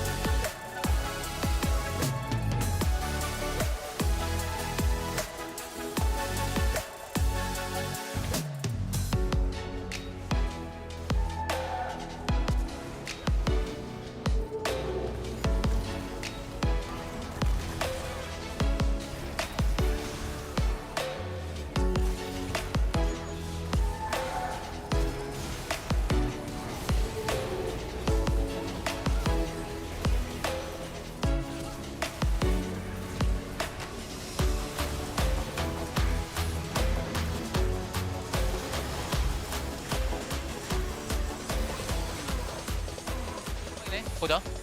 라인 뚫어줄게 나 라인. 미드는 라인 오긴 해. 됐어. 오케이 잘 들어. 미드 라인 네, 있어, 미드 미드 미드. 라인. 이거. 아래 거부터. 그랬다. 잡았어. 봐줘. 레오나부터. 네. 좋아. 나가인. 미포 클릭 가능해? 뚫어줄까? 아니. 야, 끝내자. 아니라고? 끝내자. 맞아. 끝내자. 아니라고? 맞아. 마공점 미쳐 기다려. 끝내자. 이거 그래면 안 된다. 마공점 미쳐 한다. 너 오른이 끌리겠네. 잠깐만. 어떻게? 간다. 끊을게 이거. 나이스. 끊었고. 그래 되는데. 가비. 나이스.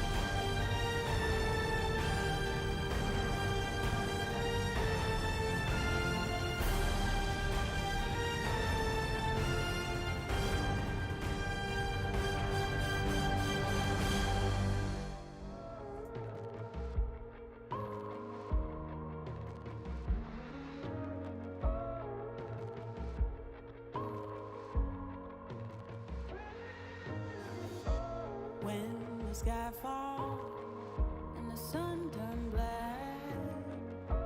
When the earth halts, then don't look back. Hold me closer, can you feel my heart? We can conquer and win back all. The tide is changing, floods are coming clear to see. The page is turning, can you feel this energy? Light breaks through the darkness, they are fires in the night.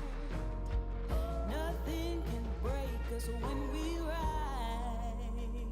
We run on the edge and across the flames. The world we knew is not the same.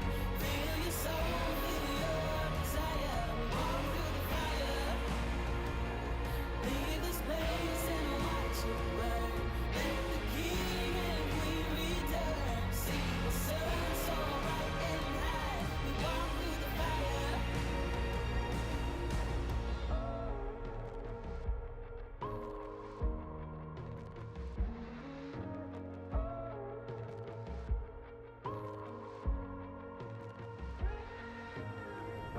The embers glowing, we're waiting for the blaze, ascending from the ashes, bonfires in the haze.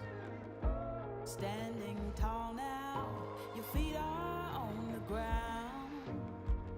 You fought your demons, nothing breaks you down. The tide is changing, floods are coming clear to see. The page is turning, can you feel this energy? Light breaks through the darkness, they are fires in the night.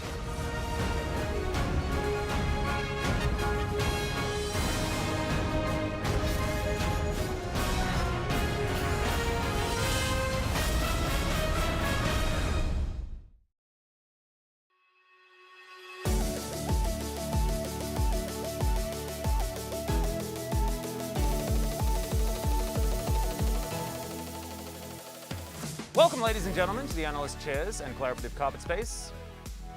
I guess T1 are really good, huh? Yeah, they're all right. They're not bad. No, how do you analyze this series? What do I say? Like, oh yeah, Kwangdong make 2 big mistakes and then they lost it. That's it. Yeah. 1 botch dive, 1 bad herald. That's the game. Yep. And let's bring up the draft and just have a look at it. A bit of a formality here. I actually really like the Kwangdong draft, personally. I thought that they had a lot of front to back, they had a lot of late game insurance, the lanes weren't too bad. And I thought that T1 had a very risky draft, as we discussed. You, of course, bringing that one up to me. That if they fell behind, it would do absolutely nothing. Oh man, yeah, if they fell behind, you can get into a lot of issues. No, they didn't. Yeah. They didn't fall behind. No. I think you can sense the exasperation because this was a effectively 20-minute win in a playoffs game. Yeah. No, it was absolutely obscene. Like, we got to the point where we were discussing, like, do Kwangdong let their inhibitor go down at 16 minutes so that they can maybe farm a minion wave?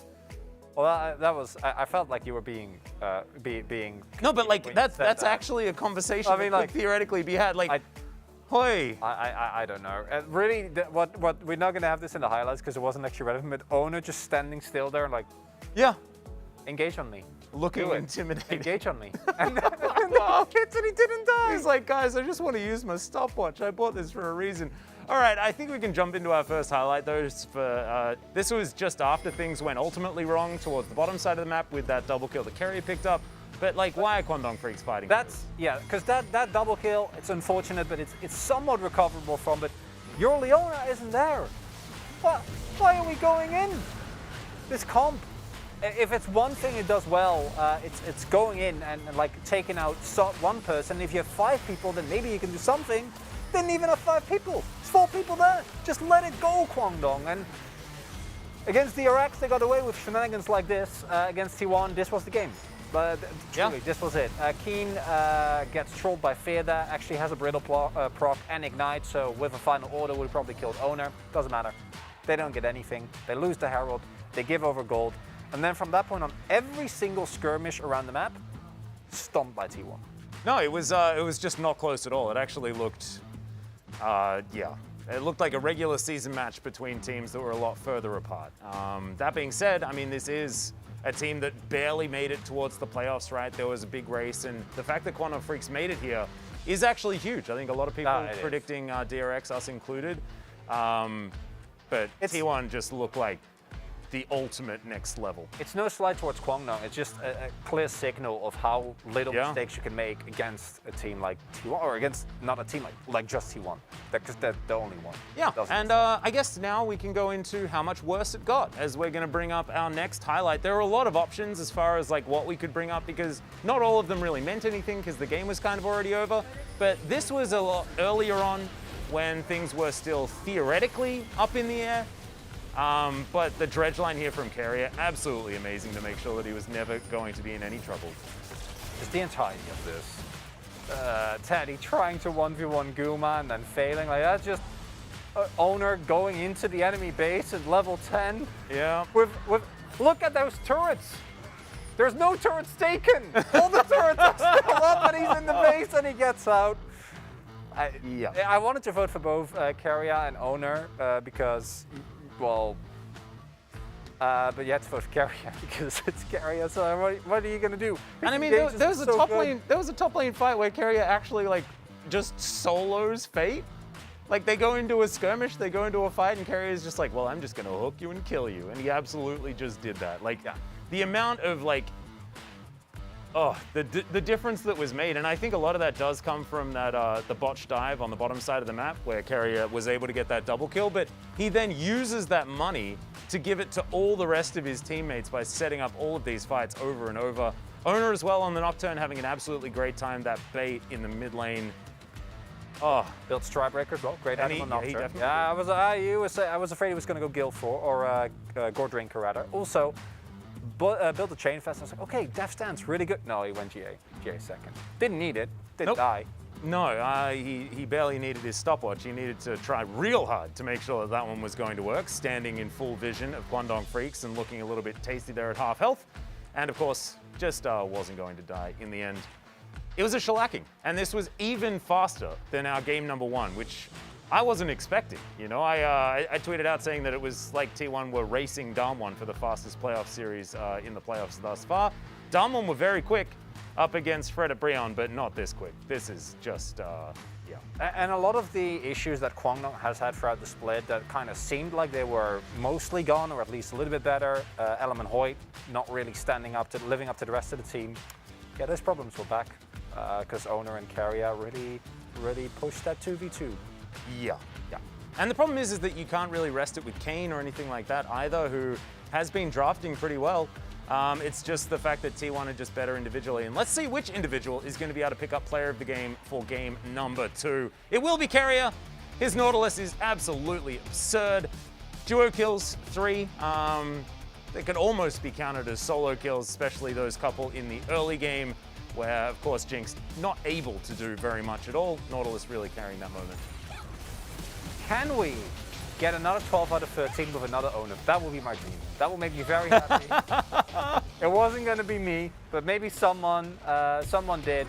As the combination of Carrier and Owner and the way they played out so many of these fights where this isn't even a play with Owner coming in, right? Like that's the ludicrous part. Owner's actually a mid, killing someone there. And this was the Owner play that we were talking about, where he's just standing on top of a ward, walks into multiple people, and then goes golden, and everything's okay. Brendan, as Velders would say, best. Okay, that's he earned it. He did earn it. Yeah, I think that one's allowed. Could have been me. It makes me a little bit sad that Faker didn't get the 13 out of 13 because we could have got 13 out of 13s the entire way through, potentially. But still, there's that one stray vote. Otherwise, absolutely everyone on the same page. Carrier, this game didn't have the happy moment like his Abyssal dive in game number one. This was all business for the Nautilus player. And let's see whether he gets it again as we go over to the casters for game number 3.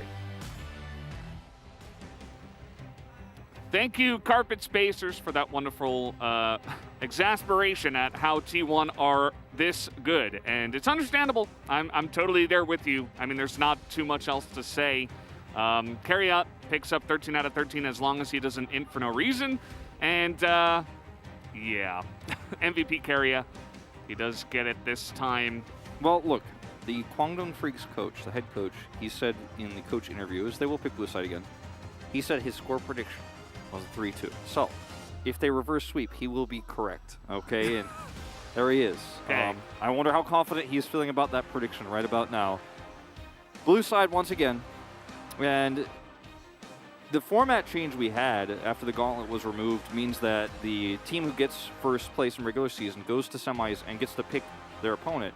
And it just so happens that this season we had a very weak bottom part of our bracket. So that's why this extremely one-sided matchup occurs. And I think and also T1. Yeah.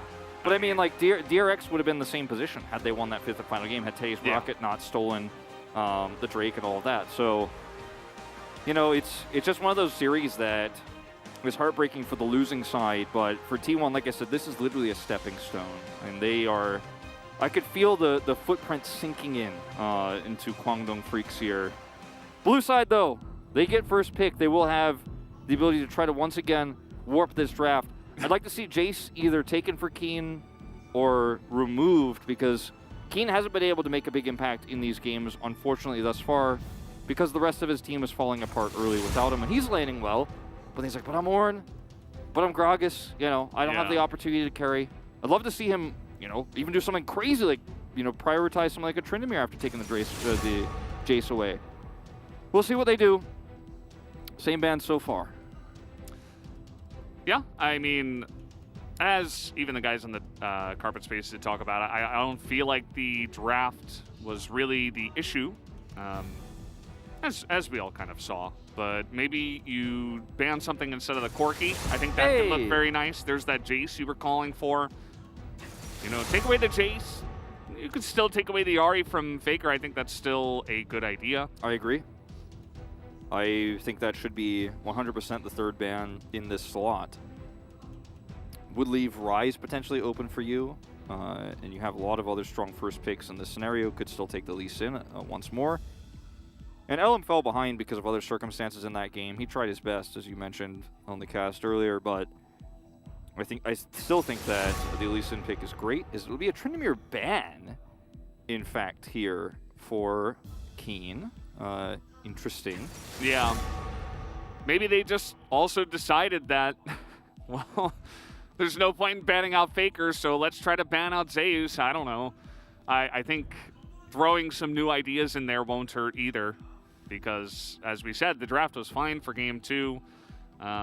So try a different idea. Could see something like a first pick Nautilus here and try to react, but they want to go once again down the LeBlanc path.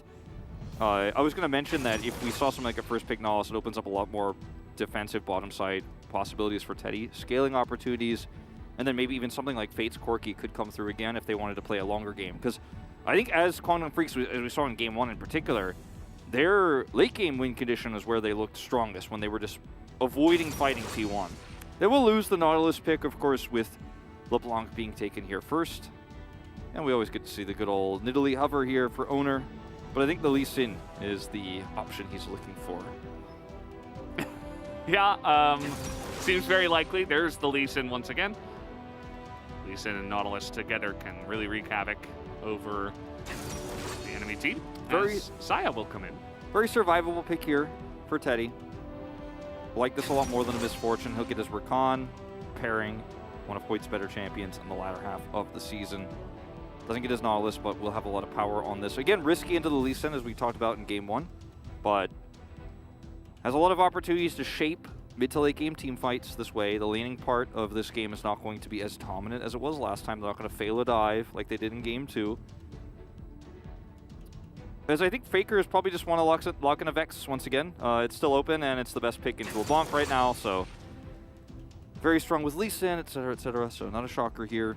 Yeah, and, you know, that kind of makes sense for Kwangdong Freaks. No need to ban out the Arya if you're going to go LeBlanc and you're expecting effects counter pick. So, kind of like the way they shaped the draft. This means that now you can ban out more stuff away from Zeus and try to get Keen into a position where he can carry. It's going to be difficult when you're playing blue side, but, I mean, he was almost doing it on tanks against Jace. Zeus' best pick, so who knows? I think it's a pretty good idea here for a pretty good angle for Kwangdong Freaks to try to get an edge.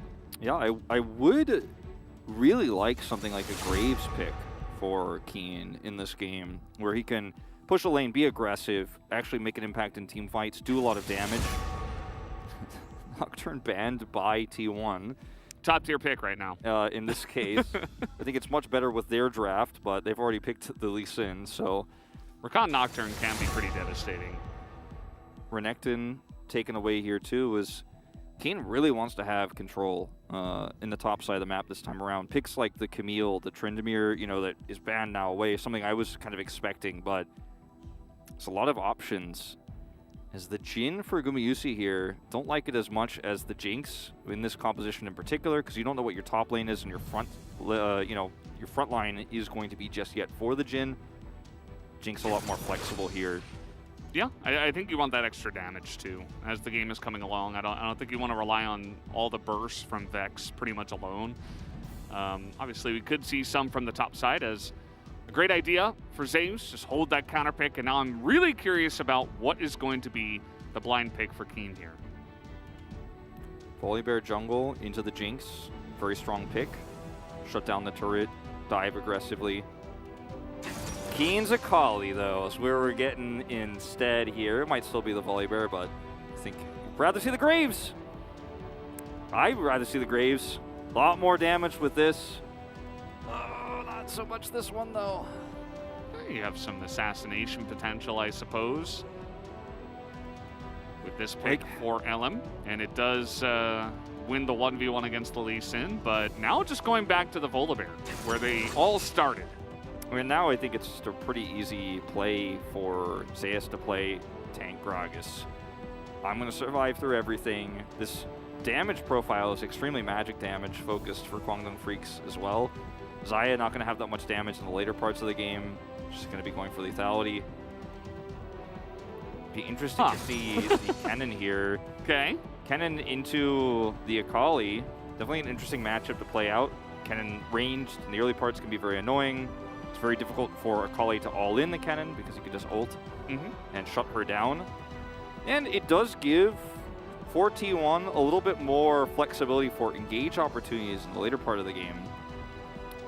What I'm most excited for is, with these two drafts, I can't see a world in where T1 find themselves 5,000 gold ahead at 12 minutes. Like, it's just probably not going to happen. Probably, yeah. Right. Like, I don't think there's a way that the Jinx Nautilus gets so ahead into a Xayah or Rakan on the bottom side would get like a kill or two kills with a dive from Lee Sin into the Volibear.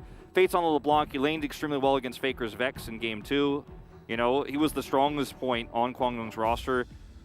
So I think we might actually have a game where we hit a 20-minute mark and we're not, and the Nexus is not under threat.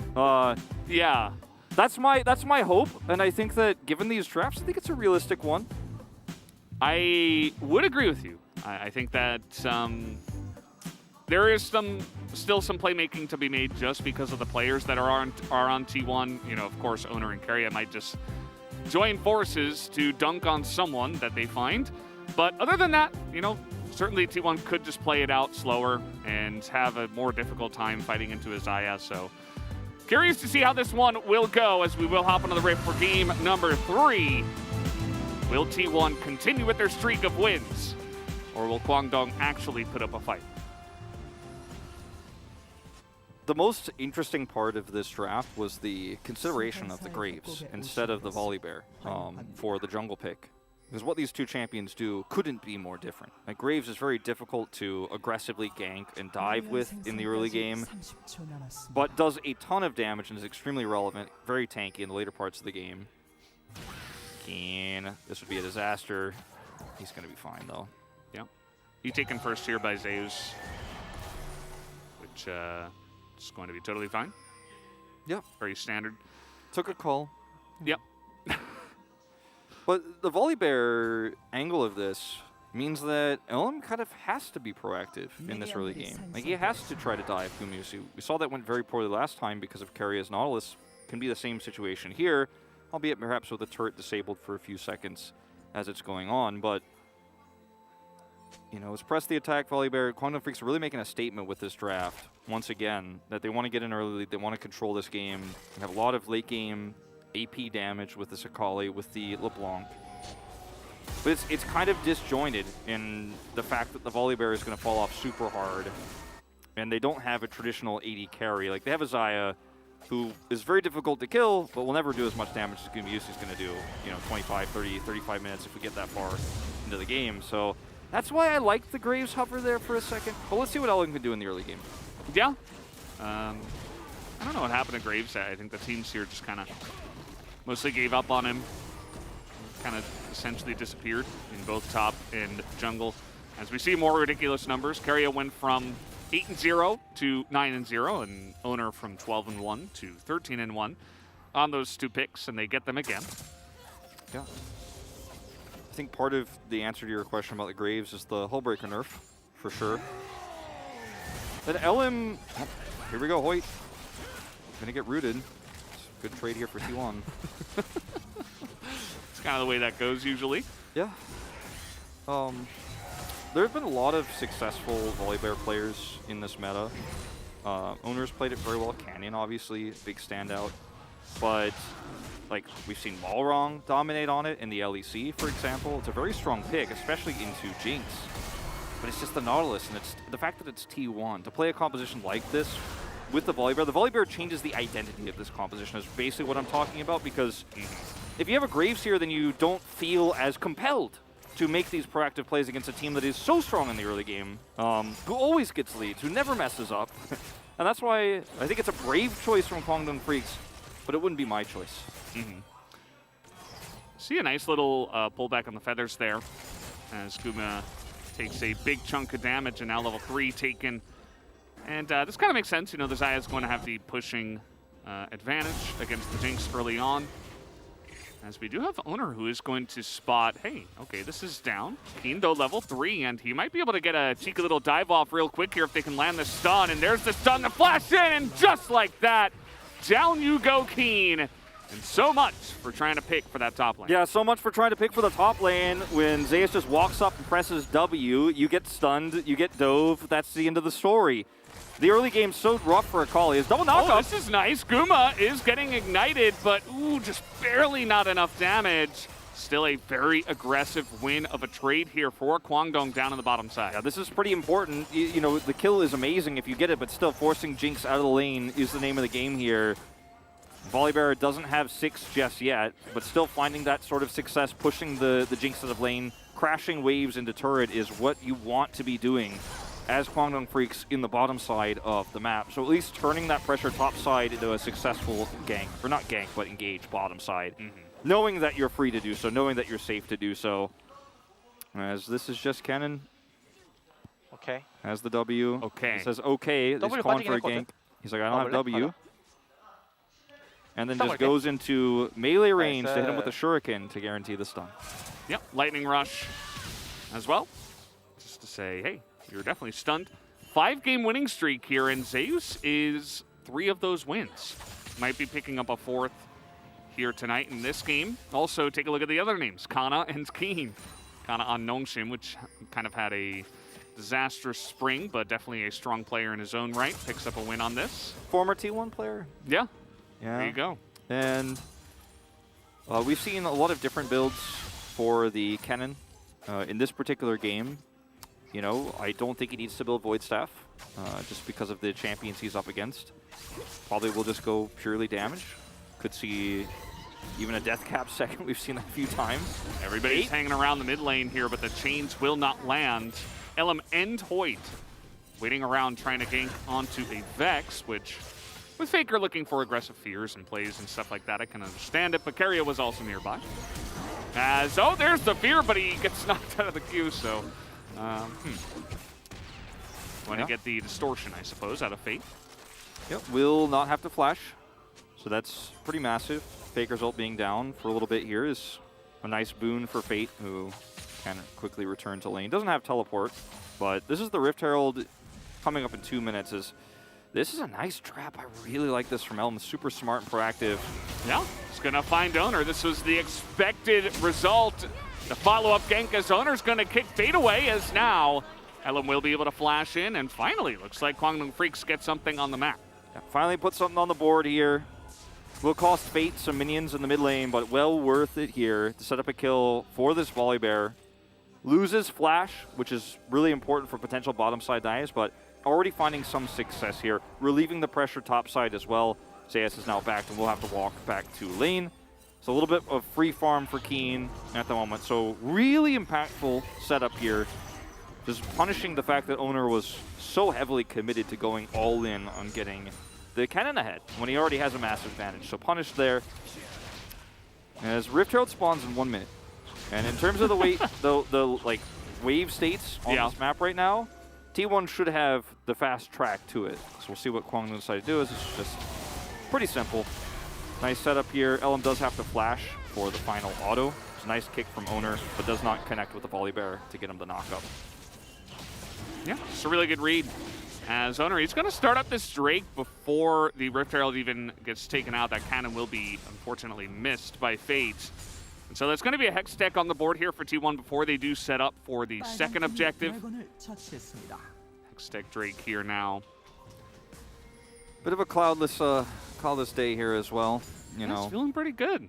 It's very cloudy in real life, but yeah, it was supposed to rain today, but then apparently it did not. Maybe it will later. Only in the morning. It was like all morning raining. Maybe it'll rain later on, as you say, but I was not awake during that. Sleep schedule has been a little bit wonky recently. It's all right. These games don't happen in the morning. They happen at night. Yeah, the gamer hours, you know. So T1, because they took that Drake, didn't actually get fast track onto the Herald like I was suggesting they might. They could have had the faster setup there, but they do, however, have a cannon who has Flash and Slicing Maelstrom available. So the ability to actually come in here and stop this is quite high, because Faker also has non-committal engage. Kamusi also has long-range damage. He's here. And it looks like, we see where Teddy is on the map, looks like he's considering just going bottom side and leaving this because of the prio that Zeus has. And I think that would be the best option. But you know what? He changes his mind. He's coming over here. Fate's extremely low on mana. Like, do not do this to me again, Kwangdong. It's so hard to dive directly into all of this, yeah. And they're just going to get right on top of Hoyt here as he goes down. Now it's 5v4. And that might be the best thing for Kwangdong. Maybe they'll leave.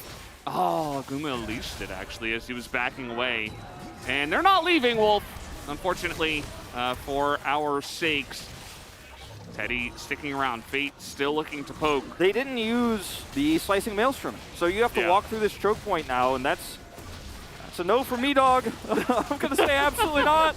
Don't think so. Thanks, Randy. That's going to be the Rift Herald going down. And now they're just going to turn on Keen here, who is on vision. Little fight in the Rift Herald pit, but again, pretty desperate. They will be able to take out Keria at the end of the day, but everybody else goes down. Hoyt is trying to get on in here with the engage. Big pull back on the feathers, but now Teddy gets feared up, and the kick nearly catches both of them. Had Teddy not flashed, that would have been the case. As the chase still on, Owner jumping into 3, just going to be another massacre as T1 are taking him down one by one. The only wins, oh my god, Kuma almost gets him with a chomp. Doesn't matter, Zeus will get the kill in the end. The only win that Kwangdong get in this fight is actually the early part of it. And Zeus ults solo, so that's why they were able to actually close the gap there, and Fate's trying to do that damage. Will we see a punish here? He has Ignite and ult. And he is thinking about it, but no. I mean, he was just going to get stunned if he went in there, so it's not going to happen. Not going to happen. Too risky. We'll be able to crash this wave instead, but the only win in that fight was the early parts of it, but then they had to flash over the wall, found themselves on T1's side of the map, as trying to force this is so extremely risky. And Hoyt comes into this fight super late and does give them some longevity. Is look at where Zeus is in this fight. He's not actually ulting the team, so as a result, Kwangdong gets to close the gap here. Keria gets rooted by the chains. And LM goes down, and then you're on the wrong side of the map. As, speaking of wrong side of the map, What happened here? Why is he there? Oh no. Keria with the assassination from range. Just Nautilus Keria things, I suppose. Meanwhile, Zeus is just pushing bottom for free. Keria, yeah, he's going to get another engage here onto Elam. But will he go down? The Q will land. The execution damage is enough as rooted underneath the turret. Owner will bite the... will he, though? Will he, though? Nope. No, he will not. Owner will survive yet again. You know in X-Men, they have that room where everybody trains, the danger room, where it's like holograms. Like, this is T1 training for the finals right now. Like, they're in the danger room. Like, Owner's like, can I live this? Run it again. Run it again, Cerebro. Like, limit testing. Run it again. Let me see if I survive this time. Oh, man. 4-1 and 3 on the Lee Sin now. Zeus free farming bottom side while the Xayah is pushed out on the top. Everything is going well for T1 here. And it started off so well in the draft in some respects, right? It was not a perfect draft here from Kwangdong, but I liked it so far of the three the most. We're like, wait, what? I still feel like coming to this replay, I'm not really sure how we got here, but I mean, Keen is just staying in lane, and the lane swap comes through. It surprises him, and that's the end of it. Elam thought he was going to be able to turn something around here. Yeah, and then the limit testing begins. The training room is open for business. Owner's like, oh, we got to run it again. You pulled him out of my queue. Yeah. Well, the second Q lands. He goes all the way in, and yes, he is caught by the feathers. But he just waits to get safeguard up. Just walking away, walking it out casually. And then he drops the Rift Herald. I actually missed that. He's like, oh yeah, like, I should probably use this item. And yeah, they do get that down, and the turret dies. I feel like I can't even blame Keen for the position he was in, as Keria is in the Raptors. It's just desperation, you know? They're trying to get plays down, but now it's a little bit too little too late as the ult comes in. Now this is 2v3 for now, as Faker will land that in. A big rocket as well right onto Hoyt. Now the cavalry will join on in. There is the fear, but it's not enough, and Faker actually will go down as now Teddy is alone, but he's going to win the fight. On the top side is Kwangdong Freaks. They catch some limit testing. Owner trying to go 1v3, should be able to take out Elam though, as this Sonic Wave will not land on the follow-up. Now another kill going over to Owner, and I think he's kind of reached the peak of where Lee Sin is going to be in the early game. Guma does not have Rocket available. Oh, that was hilarious. And that wave is gone, so that's the end of that. But, like, Owner is so fed that he can make crazy plays like this and threaten people, but him getting the final kill there, putting himself at 5-1 and 3, like, those are, you're getting diminishing returns on the Lee Sin being extremely fed. You'd rather the kills go elsewhere. How confident can Owner get here, as now he will go down. Finally, that's going to be the shutdown given over to Keen. All of a sudden, Kwangdong Freaks are only 5,000 gold behind. All of a sudden. 4.4 thousand behind, with that kill coming through once the graphic updates there on the top.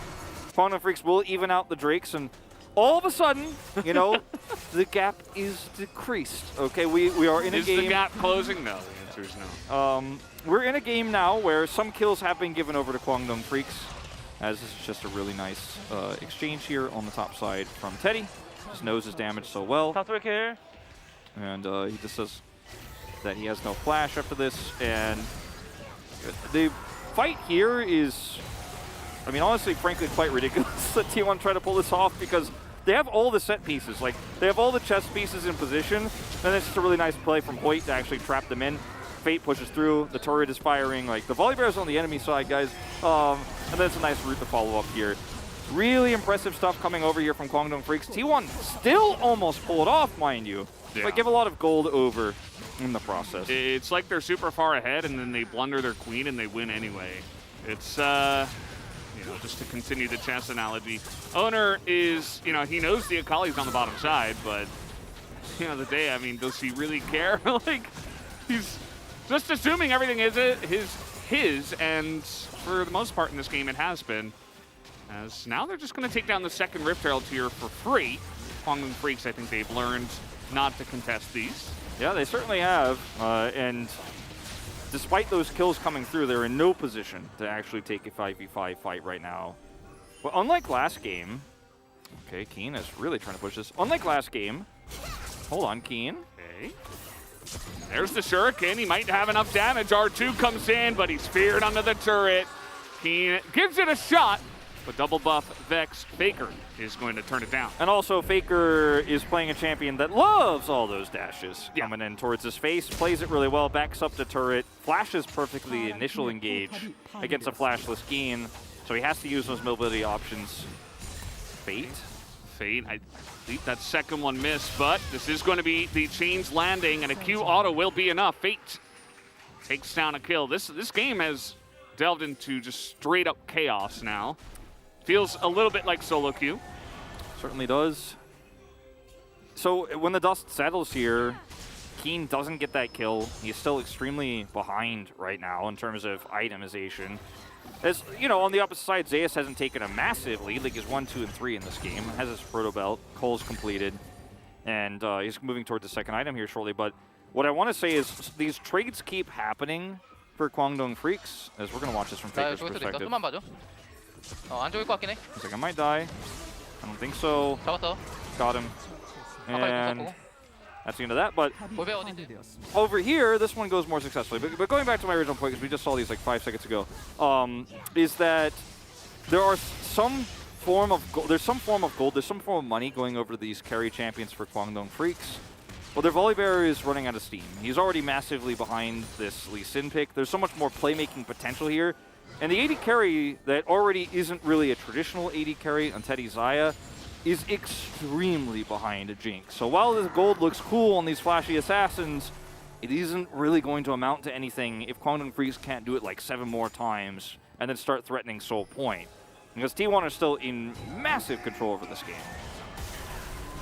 Yeah, it's definitely true. You can see that they're just trying to choke out all the vision here on the bottom side of the map and allow Zeus to push that in. This time, Fade up on the top side taking a turret doesn't look as sad or disappointing. It actually does make sense in this case because they have the defense down on the bottom side. They're not so far behind that they can't do that, and Fate is getting value up on the top side of the map. Removing some vision or checking to see if there is any, and clarifying that there's very little up there. So can actually potentially look for a play here onto Guma. He is unseen. If Guma walks forward here and he gets a pick, I mean, that removes the enemy AD carry. But Guma's playing very respectfully here. And this is one thing that Fate could do this game that he couldn't last game, because there's not an insane amount of control like there was last time where Keria could just like walk up and kill a little Blanc, but also there's no Nocturne. So he can actually push a wave into inner turret freely if he knows the enemy is grouped up bottom side, as you were illustrating there. So he's 3-1 and 2. He's got 6 stacks of Dark Seal. He is the win condition right now. It's not the Xayah, you know, it's not the Akali, not yet. In this game, King could turn it around. But it once again is all of the eggs are in the Fate LeBlanc basket. Yeah, and he's going for Banshee's Veil. It's not an item we see all the time, but he is going up against pretty strong double AP burst, so I don't mind it as much. Also, the Banshee's Veil can get some value against a Nautilus and stuff like that. Just something I thought would be worth mentioning, as we do have the Mountain Drake coming up here. T1 still in control. Seems like they've slowed down the game a little bit less, you know, just straight running at Kwangdong. Yeah, also interesting to know that Faker went for the Shadow Flame, so it's going to be very impactful against that. As T1 do have control over this Drake. It's not Soul Point yet.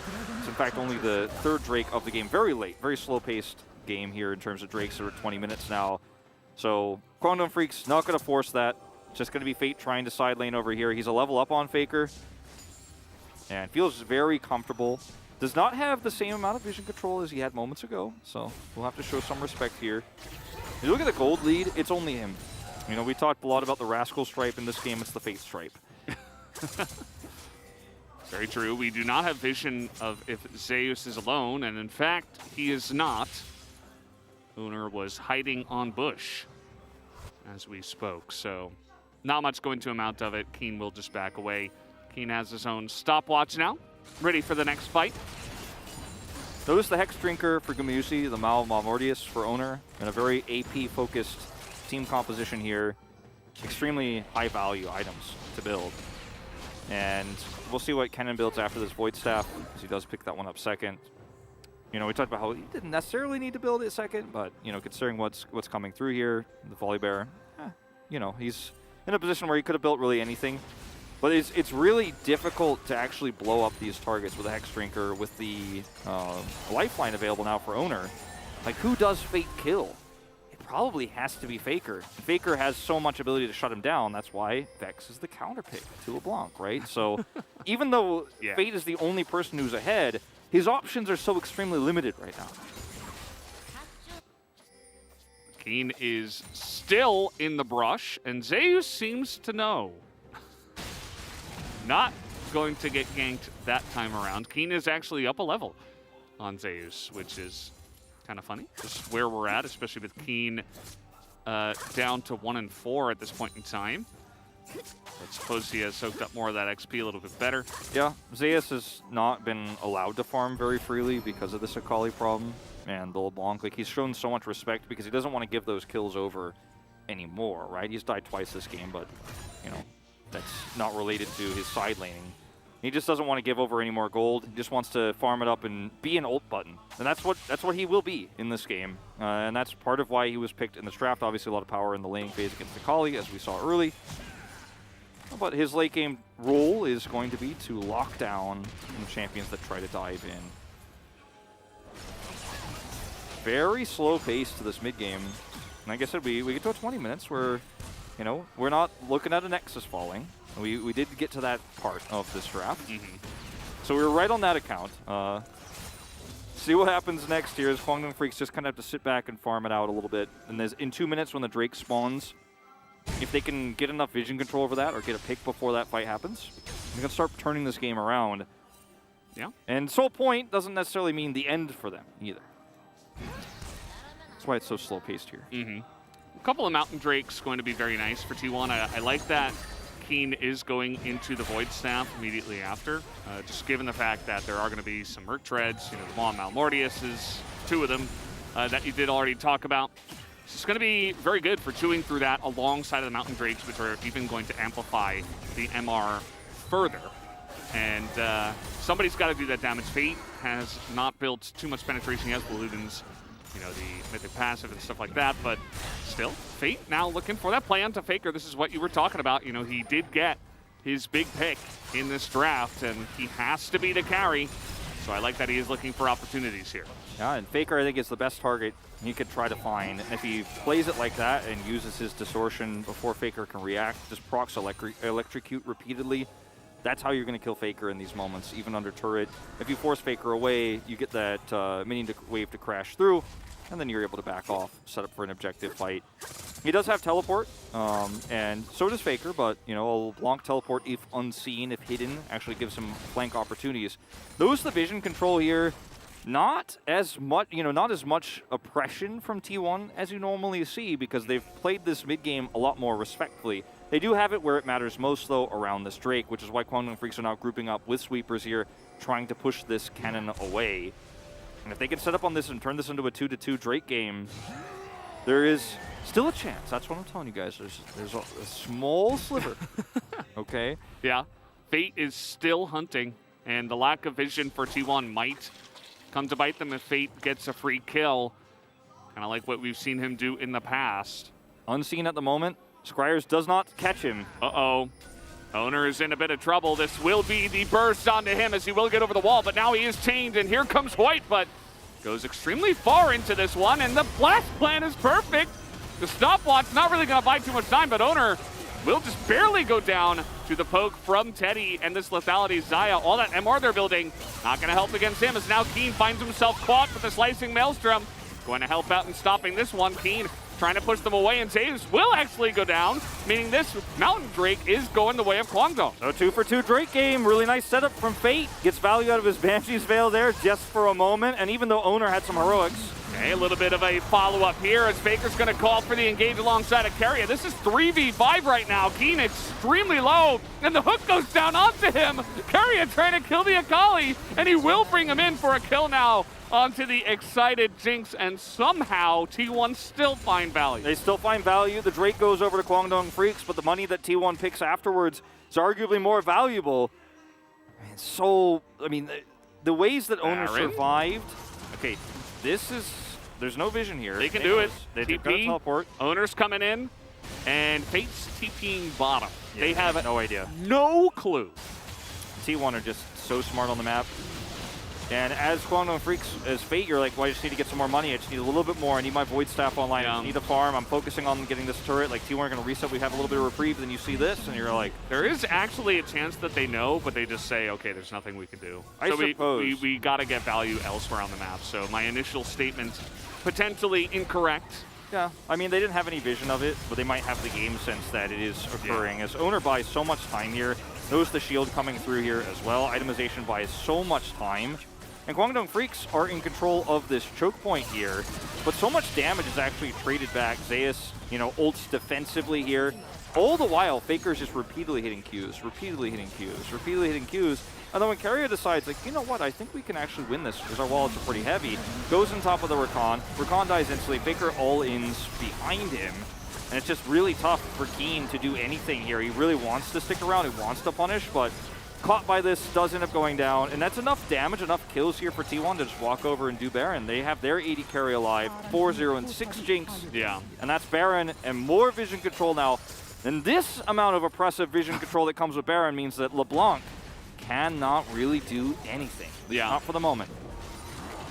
And knowing T1, we know that now that they have this objective, they are going to get aggressive. They are going to look for those plays. As you can see here, Fate is on vision the entire way through. Some turrets do go down the weight of T1, and they will just go back and buy. And yeah, I mean, Teddy dying immediately, it felt like they had no clue or no concept that T1 could potentially re-engage there. And I think that's fair. I mean, who would have expected 3v5 re-engage? Otherwise, he would have just walked bot with his teammates. Instead, he walks up and then gets hooked and taken down as a Xayah, which is not, which is not what you want to see. Yeah, and he went for a Serpent's Fang, and I do like this choice. But again, Jinx going to be way more valuable in longer fights, so Fate has to kill somebody.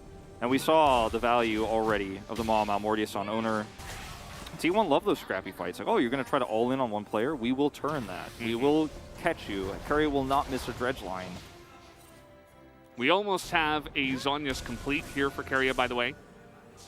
Just 1,300, I believe, 1,350 maybe, to complete that item. And it's actually really good on these engaged supports where you just, you're always going face first, essentially, and the enemy team has a whole boatload of burst damage. Just allows you to make plays and not just immediately die. And incentivizes you to make a play with this stopwatch, too, because you'll get a second one as soon as you go back and buy. If your team wins the fight, it might give you just enough gold to get that Zhonya's. Stasis will always get the stamp of approval from me, as Fate is going to die immediately. There's another hook that comes in, and the Shadow Surge just barely lands on the Hoyt in the back line.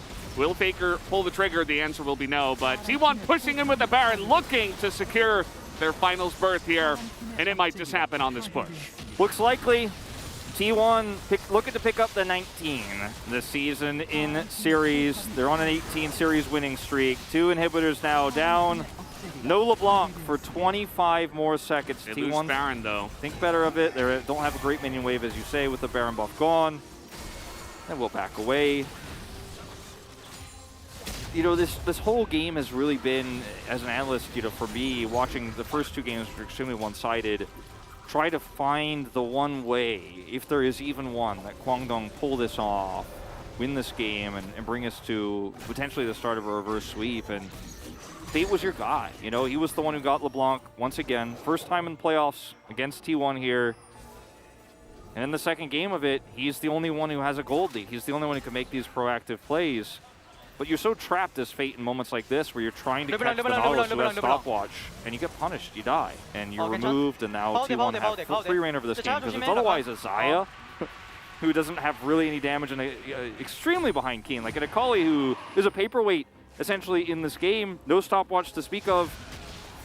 And I mean, Fate dies trying to be proactive. And what are you supposed to do? You're the guy who's playing from home. You're playing with COVID-19 in a series that is one of our most one-sided since we've had the format change here. And it's just a tragic ending to what was a really big turnaround in the season for Guangdong Freaks. Yeah, you can see at least in Fate's position, the lead is the smallest. Other than that, everybody else is getting dunked on, including the support role here. Scaria just has more map gold and stuff like that. As T1 now, they went back, they bought, they got a second Mountain Drake, which again, is actually going to be really good with all the resistances that they have built up. It's going to be huge. There is that one teleport ward, actually a couple of teleport wards behind them, as Guma is taking some poke damage as we speak. Keen could try to go for the flank teleport if he wishes, same for Fate. Yeah, that's the one angle you've got. Owner has GA, positioning here very aggressive. And with the Zion nowadays and this lethality, it is somewhat hard to, well. You were saying, Valdez? I mean, it's still hard to engage into her. The poke is good though, as there's that stopwatch value. Yeah, stopwatch comes in, Keria immediately dies afterwards, as here is the engage. Kali dies, everybody dies on the side of Kwangdong Freaks. Will they get Zeus at the end of the day? No, they will not. T1 will pick up the 3-0 tonight and move on to the finals of LCK Spring 2022, to the surprise of literally nobody, as they stomp their way through the Kwangdong Freaks. 3-0 victory, extremely one-sided, and it was overwhelmingly the prediction of every analyst. Not one predicted a Kwangdong win tonight, and only 2 predicted they would take one single game, and game 1 was the closest they were to that. But in this third and final game, not for one moment did T1 lose control, despite face-planting some team fights, despite forcing some scrappy situations and limit testing so many times, as you said. This felt like not even good practice for T1 heading into a finals. They showed nothing. They had no pressure in draft. There was never a moment in those 3 games in picks and bans where they had to go, oh man, we got to show something here. They played the Nocturne for fun. They emulated Damwon Kia's Nocturne Nautilus draft, and I think even outplayed the way that Damwon and Canyon were running it. This team is a favorite to win the finals no matter who goes up against them. That series tomorrow will be fantastic. It will be very exciting, but yeah, regardless of who wins it, I don't think anyone votes against this team right now. 19-0 in Spring 2022. Absolutely. There's the big thumbs up. Faker making it very obvious after the win here tonight. And yeah, I mean, they smashed Kwangdong Freaks, but you said one thing in there, is that they're the huge favorite for finals as well. I mean, there's a chance, by the way, this is a shout out to the Pogo King game that Faker plays on his stream. The real game, the main game, of course. But yeah, I think there's a chance that they 3-0 finals as well. I think that's a relatively... That is a pretty high probability. Yeah, I mean, like, if you ask me right now, regardless of who wins, if you gave me 2 predictions to pick right now, and look, we have to see the forum tomorrow, but if you gave me predict both just in case the other one wins, I would say 3-0 for both at the moment. I absolutely would. And same. And we'll see what happens tomorrow, but maybe that changes, maybe it doesn't for you and me, but right now this team has made so much history. They have torn down LCK records, their own records. And sometimes we talk about Faker chasing his own legacy, chasing the shadow of what was his 2015, his 3 world championships. And he's not chasing anything this season. Yeah. He is leading the charge. He was my vote for MVP. Keria was second. Keria got it in the end. But these 2 players work so well together. Owner has come into his own. Zeus has finally reached nearly full form. I don't think he's quite there yet, but this team just looks impossible to beat. And I mean, not just in the LCK, but around the world. We'll see what representatives we have at MSI. Yeah, I mean, you were talking about the legacy stuff. There's a chance with how good this team is this year that this might be the year that everybody remembers. Not even, all the years have passed. No, not even 2015. I mean, I think it's still early to say it, but it's something we have to begin to think about, that this year might be the best year in the history of this organization. But again, it's early. It's a 3-0 over Kwangdong Freaks. We'll see how it goes. I'm just happy to be along for the ride, Yeah, it was just crazy to see how many how many fights and skirmishes that T1 forced were almost every other team. In fact, I would say every other team. Even Damwon Kia and Genji would have walked away from, going like, we can't win this, like, it's too risky, let's not pull it off. And T1 never said no. They never said that's too risky. Moments like this, where Owner actually gets away after picking this Volibear off, despite Teddy's really nice route. He just doesn't care, and T1 will take every risk possible. And that's one of the reasons why they're so terrifying. They will do what you expect extremely well, and what you don't expect, they will outdo. They will just destroy what your idea is about how you can win skirmishes, how you can win fights like this one. you know, this is the one time where it does kind of backfire for them a little bit, but it's still not even that terrible, you know? Like, yeah, I mean, they're like winning fights 2v3, and then they win a fight 3v5. You know, it's just not really supposed to happen. I feel like their communication and teamwork is what really shined through for me in this series. You know, we can talk about them for days, but that was really the biggest thing for me. Like, their engages, like, if Keria is throwing out a hook, everybody is on the same page 100% of the time. And there's so many moments where somebody looks like they got caught. And like, if you're a T1 hater or you're rooting for the other team, like you're a Kwangdong fan, you're like, oh my god, like, is this the moment? And then you just see how T1 go, oh, everybody thought that he was caught, but this was actually a set play. We have the turn. This fight, right? Yeah, we have the turn, we've got this Nautilus pick, we have long range engage, we've got fears, we've got so many disables. It's just moments like this where you think, oh, we got something, like it worked out for us. No, it didn't. It never is, it never will, and you will never have a chance. Not even for a second. I love Dongjun and Jisun, but 3-1 really? Okay. Yeah. All right. Predictions fun, always fun. Final moments here for T1. Very serious, despite the state of the game and the lead they had and the massive stomps in all 3 games. I guess game 1 wasn't a massive stomp, but it was a stomp. 설렁탕 먹어줘. 깨비 설렁탕 먹어줘라 오늘은. 설렁탕 먹을게. Yeah, they want to go get Solentong after this. They're talking about what they're going to eat for dinner. And, and probably somewhat jokingly knowing that their comms, of course, will be on broadcast in front of hundreds of thousands of people around the world. But what a beautiful tragedy we watched tonight. Sometimes the 18-0 team crushes the team that squeaked by in the DRX series on the other side of the bracket. And Jisun says sorry about her 3-1 pred, but it's okay. We forgive you. Just happy to have your predictions listed with ours. That's the biggest win so far. But yeah, not too much else to say. I think we've kind of said our piece. T1, another pristine, flawless victory here tonight. Thank you all for joining me on this very quick night. And guys, we're going to throw it over to the analyst Carpet Space. We'll see what they have to say about this. Thank you so much, gentlemen, for a great cast on the day. And yes, welcome to the Analyst Chairs and Collaborative Carpet Space. T1 are once again pretty good at the video game. Chronicler? Horrible game by T1. What do you, they didn't even win 30 minutes. Oh, yeah, I know. It was a very extended slogfest, and we thought it could go either way. Actually try. Not okay. No, it was one-sided. Then they had a little bit too much fun. Still kept a 4K gold lead, but they were like, okay, let's slow it down just a tad. And then at no point in that game did it ever feel like they weren't going to win. And it's inevitability is a word that gets thrown around last year as well with Damwon. And here, the key thing that is not even necessarily the inevitability, is the fun. When you're looking at the T1 comps, they're always just like, we go in, we go in, right? And then discussing at the end what to have for dinner. And I want to talk about, quickly before we get into the draft, I want to talk about what Wolf was talking about. The fact that they don't have to show anything at all. Nothing. Like, this is still a T1 that haven't been pushed whatsoever moving into the final. And in a best-of-5 setting, if you're Gen.G or Damwon, you're shaking in your boots because there's nothing to study to give you the proper information for what T1's capable of. I have no idea. Don't know what their draft priorities are. Like, obviously, Owner's Lee Sin is high up. Shocker. Yeah. Carias Nautilus is a problem, but the core issue here is that, are you really not going to ban Zeus' Jace?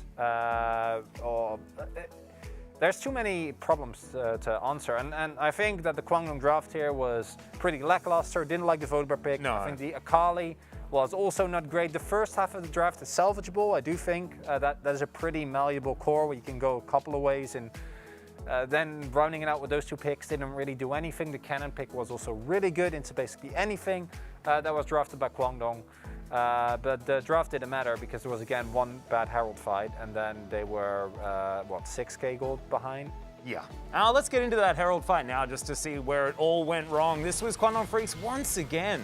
Let it go. Falling into the Herald trap. Take the advice of the beloved Disney movie and let it go, because honestly, trying to continuously fight for these Heralds when they're already gone and when they're not a game-winning objective in of itself is, well, I mean, I don't know if it cost Kwangdong the game because they probably again, get beaten anyway because there were so many things just happening all around the map. But what this does do is it allows us to really see the confidence that T1 has in these extended skirmishes, right? Once the cooldowns are down for T1, or rather for Kwangdong, T1 goes in with such high levels of aggression, and they do this against basically any team. Note Guma also getting like the final zap kill here. That was like you could barely see that because there was too much happening, right? Yeah. Like it's, and then they get a monstrous lead. They did, and I think this is the first game where it was T1 that had the draft advantage as well. Like we were talking about before, we actually quite liked what Kwangdong were putting together as far as drafts were concerned in game 1 and 2. But here in game 3, yeah, it just wasn't it, really. It felt like Keen wanted to have a style game where maybe he could get like some sort of hard carry situation going on with the Akali, but it just wasn't to be. And the rest of the composition around it really did not work out. Once again, the obsession with Zyra is being punished over and over again. Yeah, the confusing part about that draft was putting Keen on Akali blind when there's always a lot of AP and already a lot of lockdown. Just didn't really do it for me. If you want to pick a carry top, you need to get on red side, because otherwise you get counted. Yep, exactly right. Let's have a look at the fight around the Drake, as this was absolute chaos and mayhem, and sort of an example of just the class that T1 have. This was a lost fight, and then identifying where you can potentially find advantages afterwards. That's the sign of a great team. Even that Q in by Owner, like he knows that's limit testing. There's no way that he doesn't know that it backfires, right? Like that's the whole. Even in a game where T1 were pushed a little bit, you still get the underlying feeling that, is this really like them playing at their cleanest? No, it's not. It clearly isn't, and that's the insane thing, is that they can do things like that and get Zeus picked off, dies to the final Ignite tick, Owner gets a little bit too far forward. You're like, ooh, oh, that's not good. You know, Kwangdong won a couple of skirmishes back to back. And this happens. I guess Keria is just going to always find the angle. And yes, this is a mistake from Kwangdong, as the cast pointed out. Teddy should just stick with the rest of his team. Goes a little bit too far forward, but at the same time, how many players can honestly say that they play a flawless game of League of Legends? It's not going to be a lot, and against T1, apparently that's what you need. Yep, it's extraordinarily difficult. Let's have a look at the player of the game and who's going to pick this one up, and it is going to be Keria. This guy's Nautilus is absolutely absurd. It feels like as soon as he locks it in, it's just farming points. It's every pick, man. That's the problem. Like, it doesn't matter. It's the amount of confidence that the team has in this player as well, because Keria's engages, one, they don't miss, and something that was pointed out, and honestly, as much as it's a meme, I think there's very few teams that actually rival this, bar, maybe Fred or Brion, and the committal to going in, right? And that's why the Nocturne, that's why the Vax have, in specifically this series, been such big points, because all it does is allowing people to go in on the Keria play. And going in on the Keria play is the winning play. That's good. Owner shoutouts. Yeah, I like the Owner shoutouts. I was actually thinking that there was a chance that Owner picks up for this one. Would have spread around the votes a little bit more. And I also thought that Owner had had an absolutely fantastic day. He got his lease in, which does just equal victory in a lot of cases, but man, he is so good at it. But what this spells out is a interview between Keria and Faker as well. So that's going to be very exciting, and here's Jisun for the translation. Thank you very much, guys. This is Jisun for the POD interview translation, joined by Faker Keria after picking up a victory against Kwangdong Freaks and heading into finals. I'm really happy with the clean 3-0, and I will do my best for the final as well. In Keria, we were able to see the essence of the season MVP. How do you feel? I thought, Teddy Hoyt, they're very strong, so we really did a great job dealing with them, and also I'm happy that we picked up a 3-0 victory. You guys had about 6 days to prepare for these playoffs. A little bit less than a week, so what was the point around, the preparation for this best of 5s against Kwangdong Freaks? Speaking of Kwangdong Freaks, we did drop a game against them in the regular split, and also in the first round of the playoffs, we kind of realized that they really like to fight a lot. So yeah, we kind of paid attention to those aspects. And today, T1 decided to kind of remove Nautilus away from Huit. Well, it's both feeling really confident because I've never lost on that pick, and also we thought that it's really good if he can just remove that away from Huit too. T1 is always making history here during the 22 spring, and we have another record that you guys made. It only took an hour and 18 minutes and 38 seconds to finish this best of 5 series, and this is the shortest record in the LCK history, so congratulations on that. And today, yeah, you guys were speeding like crazy, so was that the theme of playstyle you guys wanted to bring today?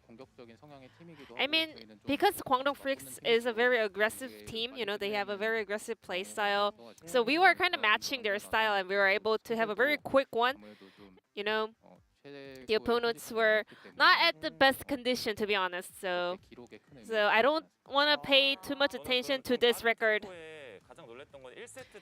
What really surprised me about this tempo was that even though the enemy had a control ward in the Baron split, you guys kept trying the Baron. Who made those calls?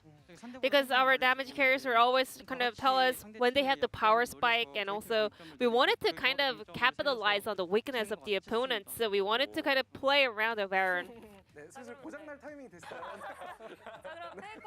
And Faker, I have a question about the Nocturne peak in Game 2.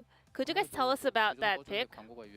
You know, you guys remember the Turn Off the Lights Please ad, you know, long time ago? So it was a bit of a recap of that commercial we had about 2 years ago.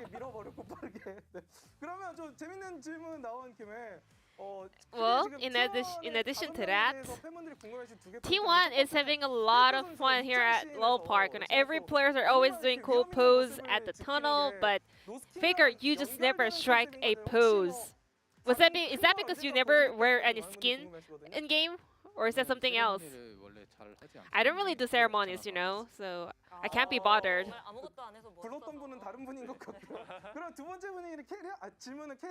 Then Keria.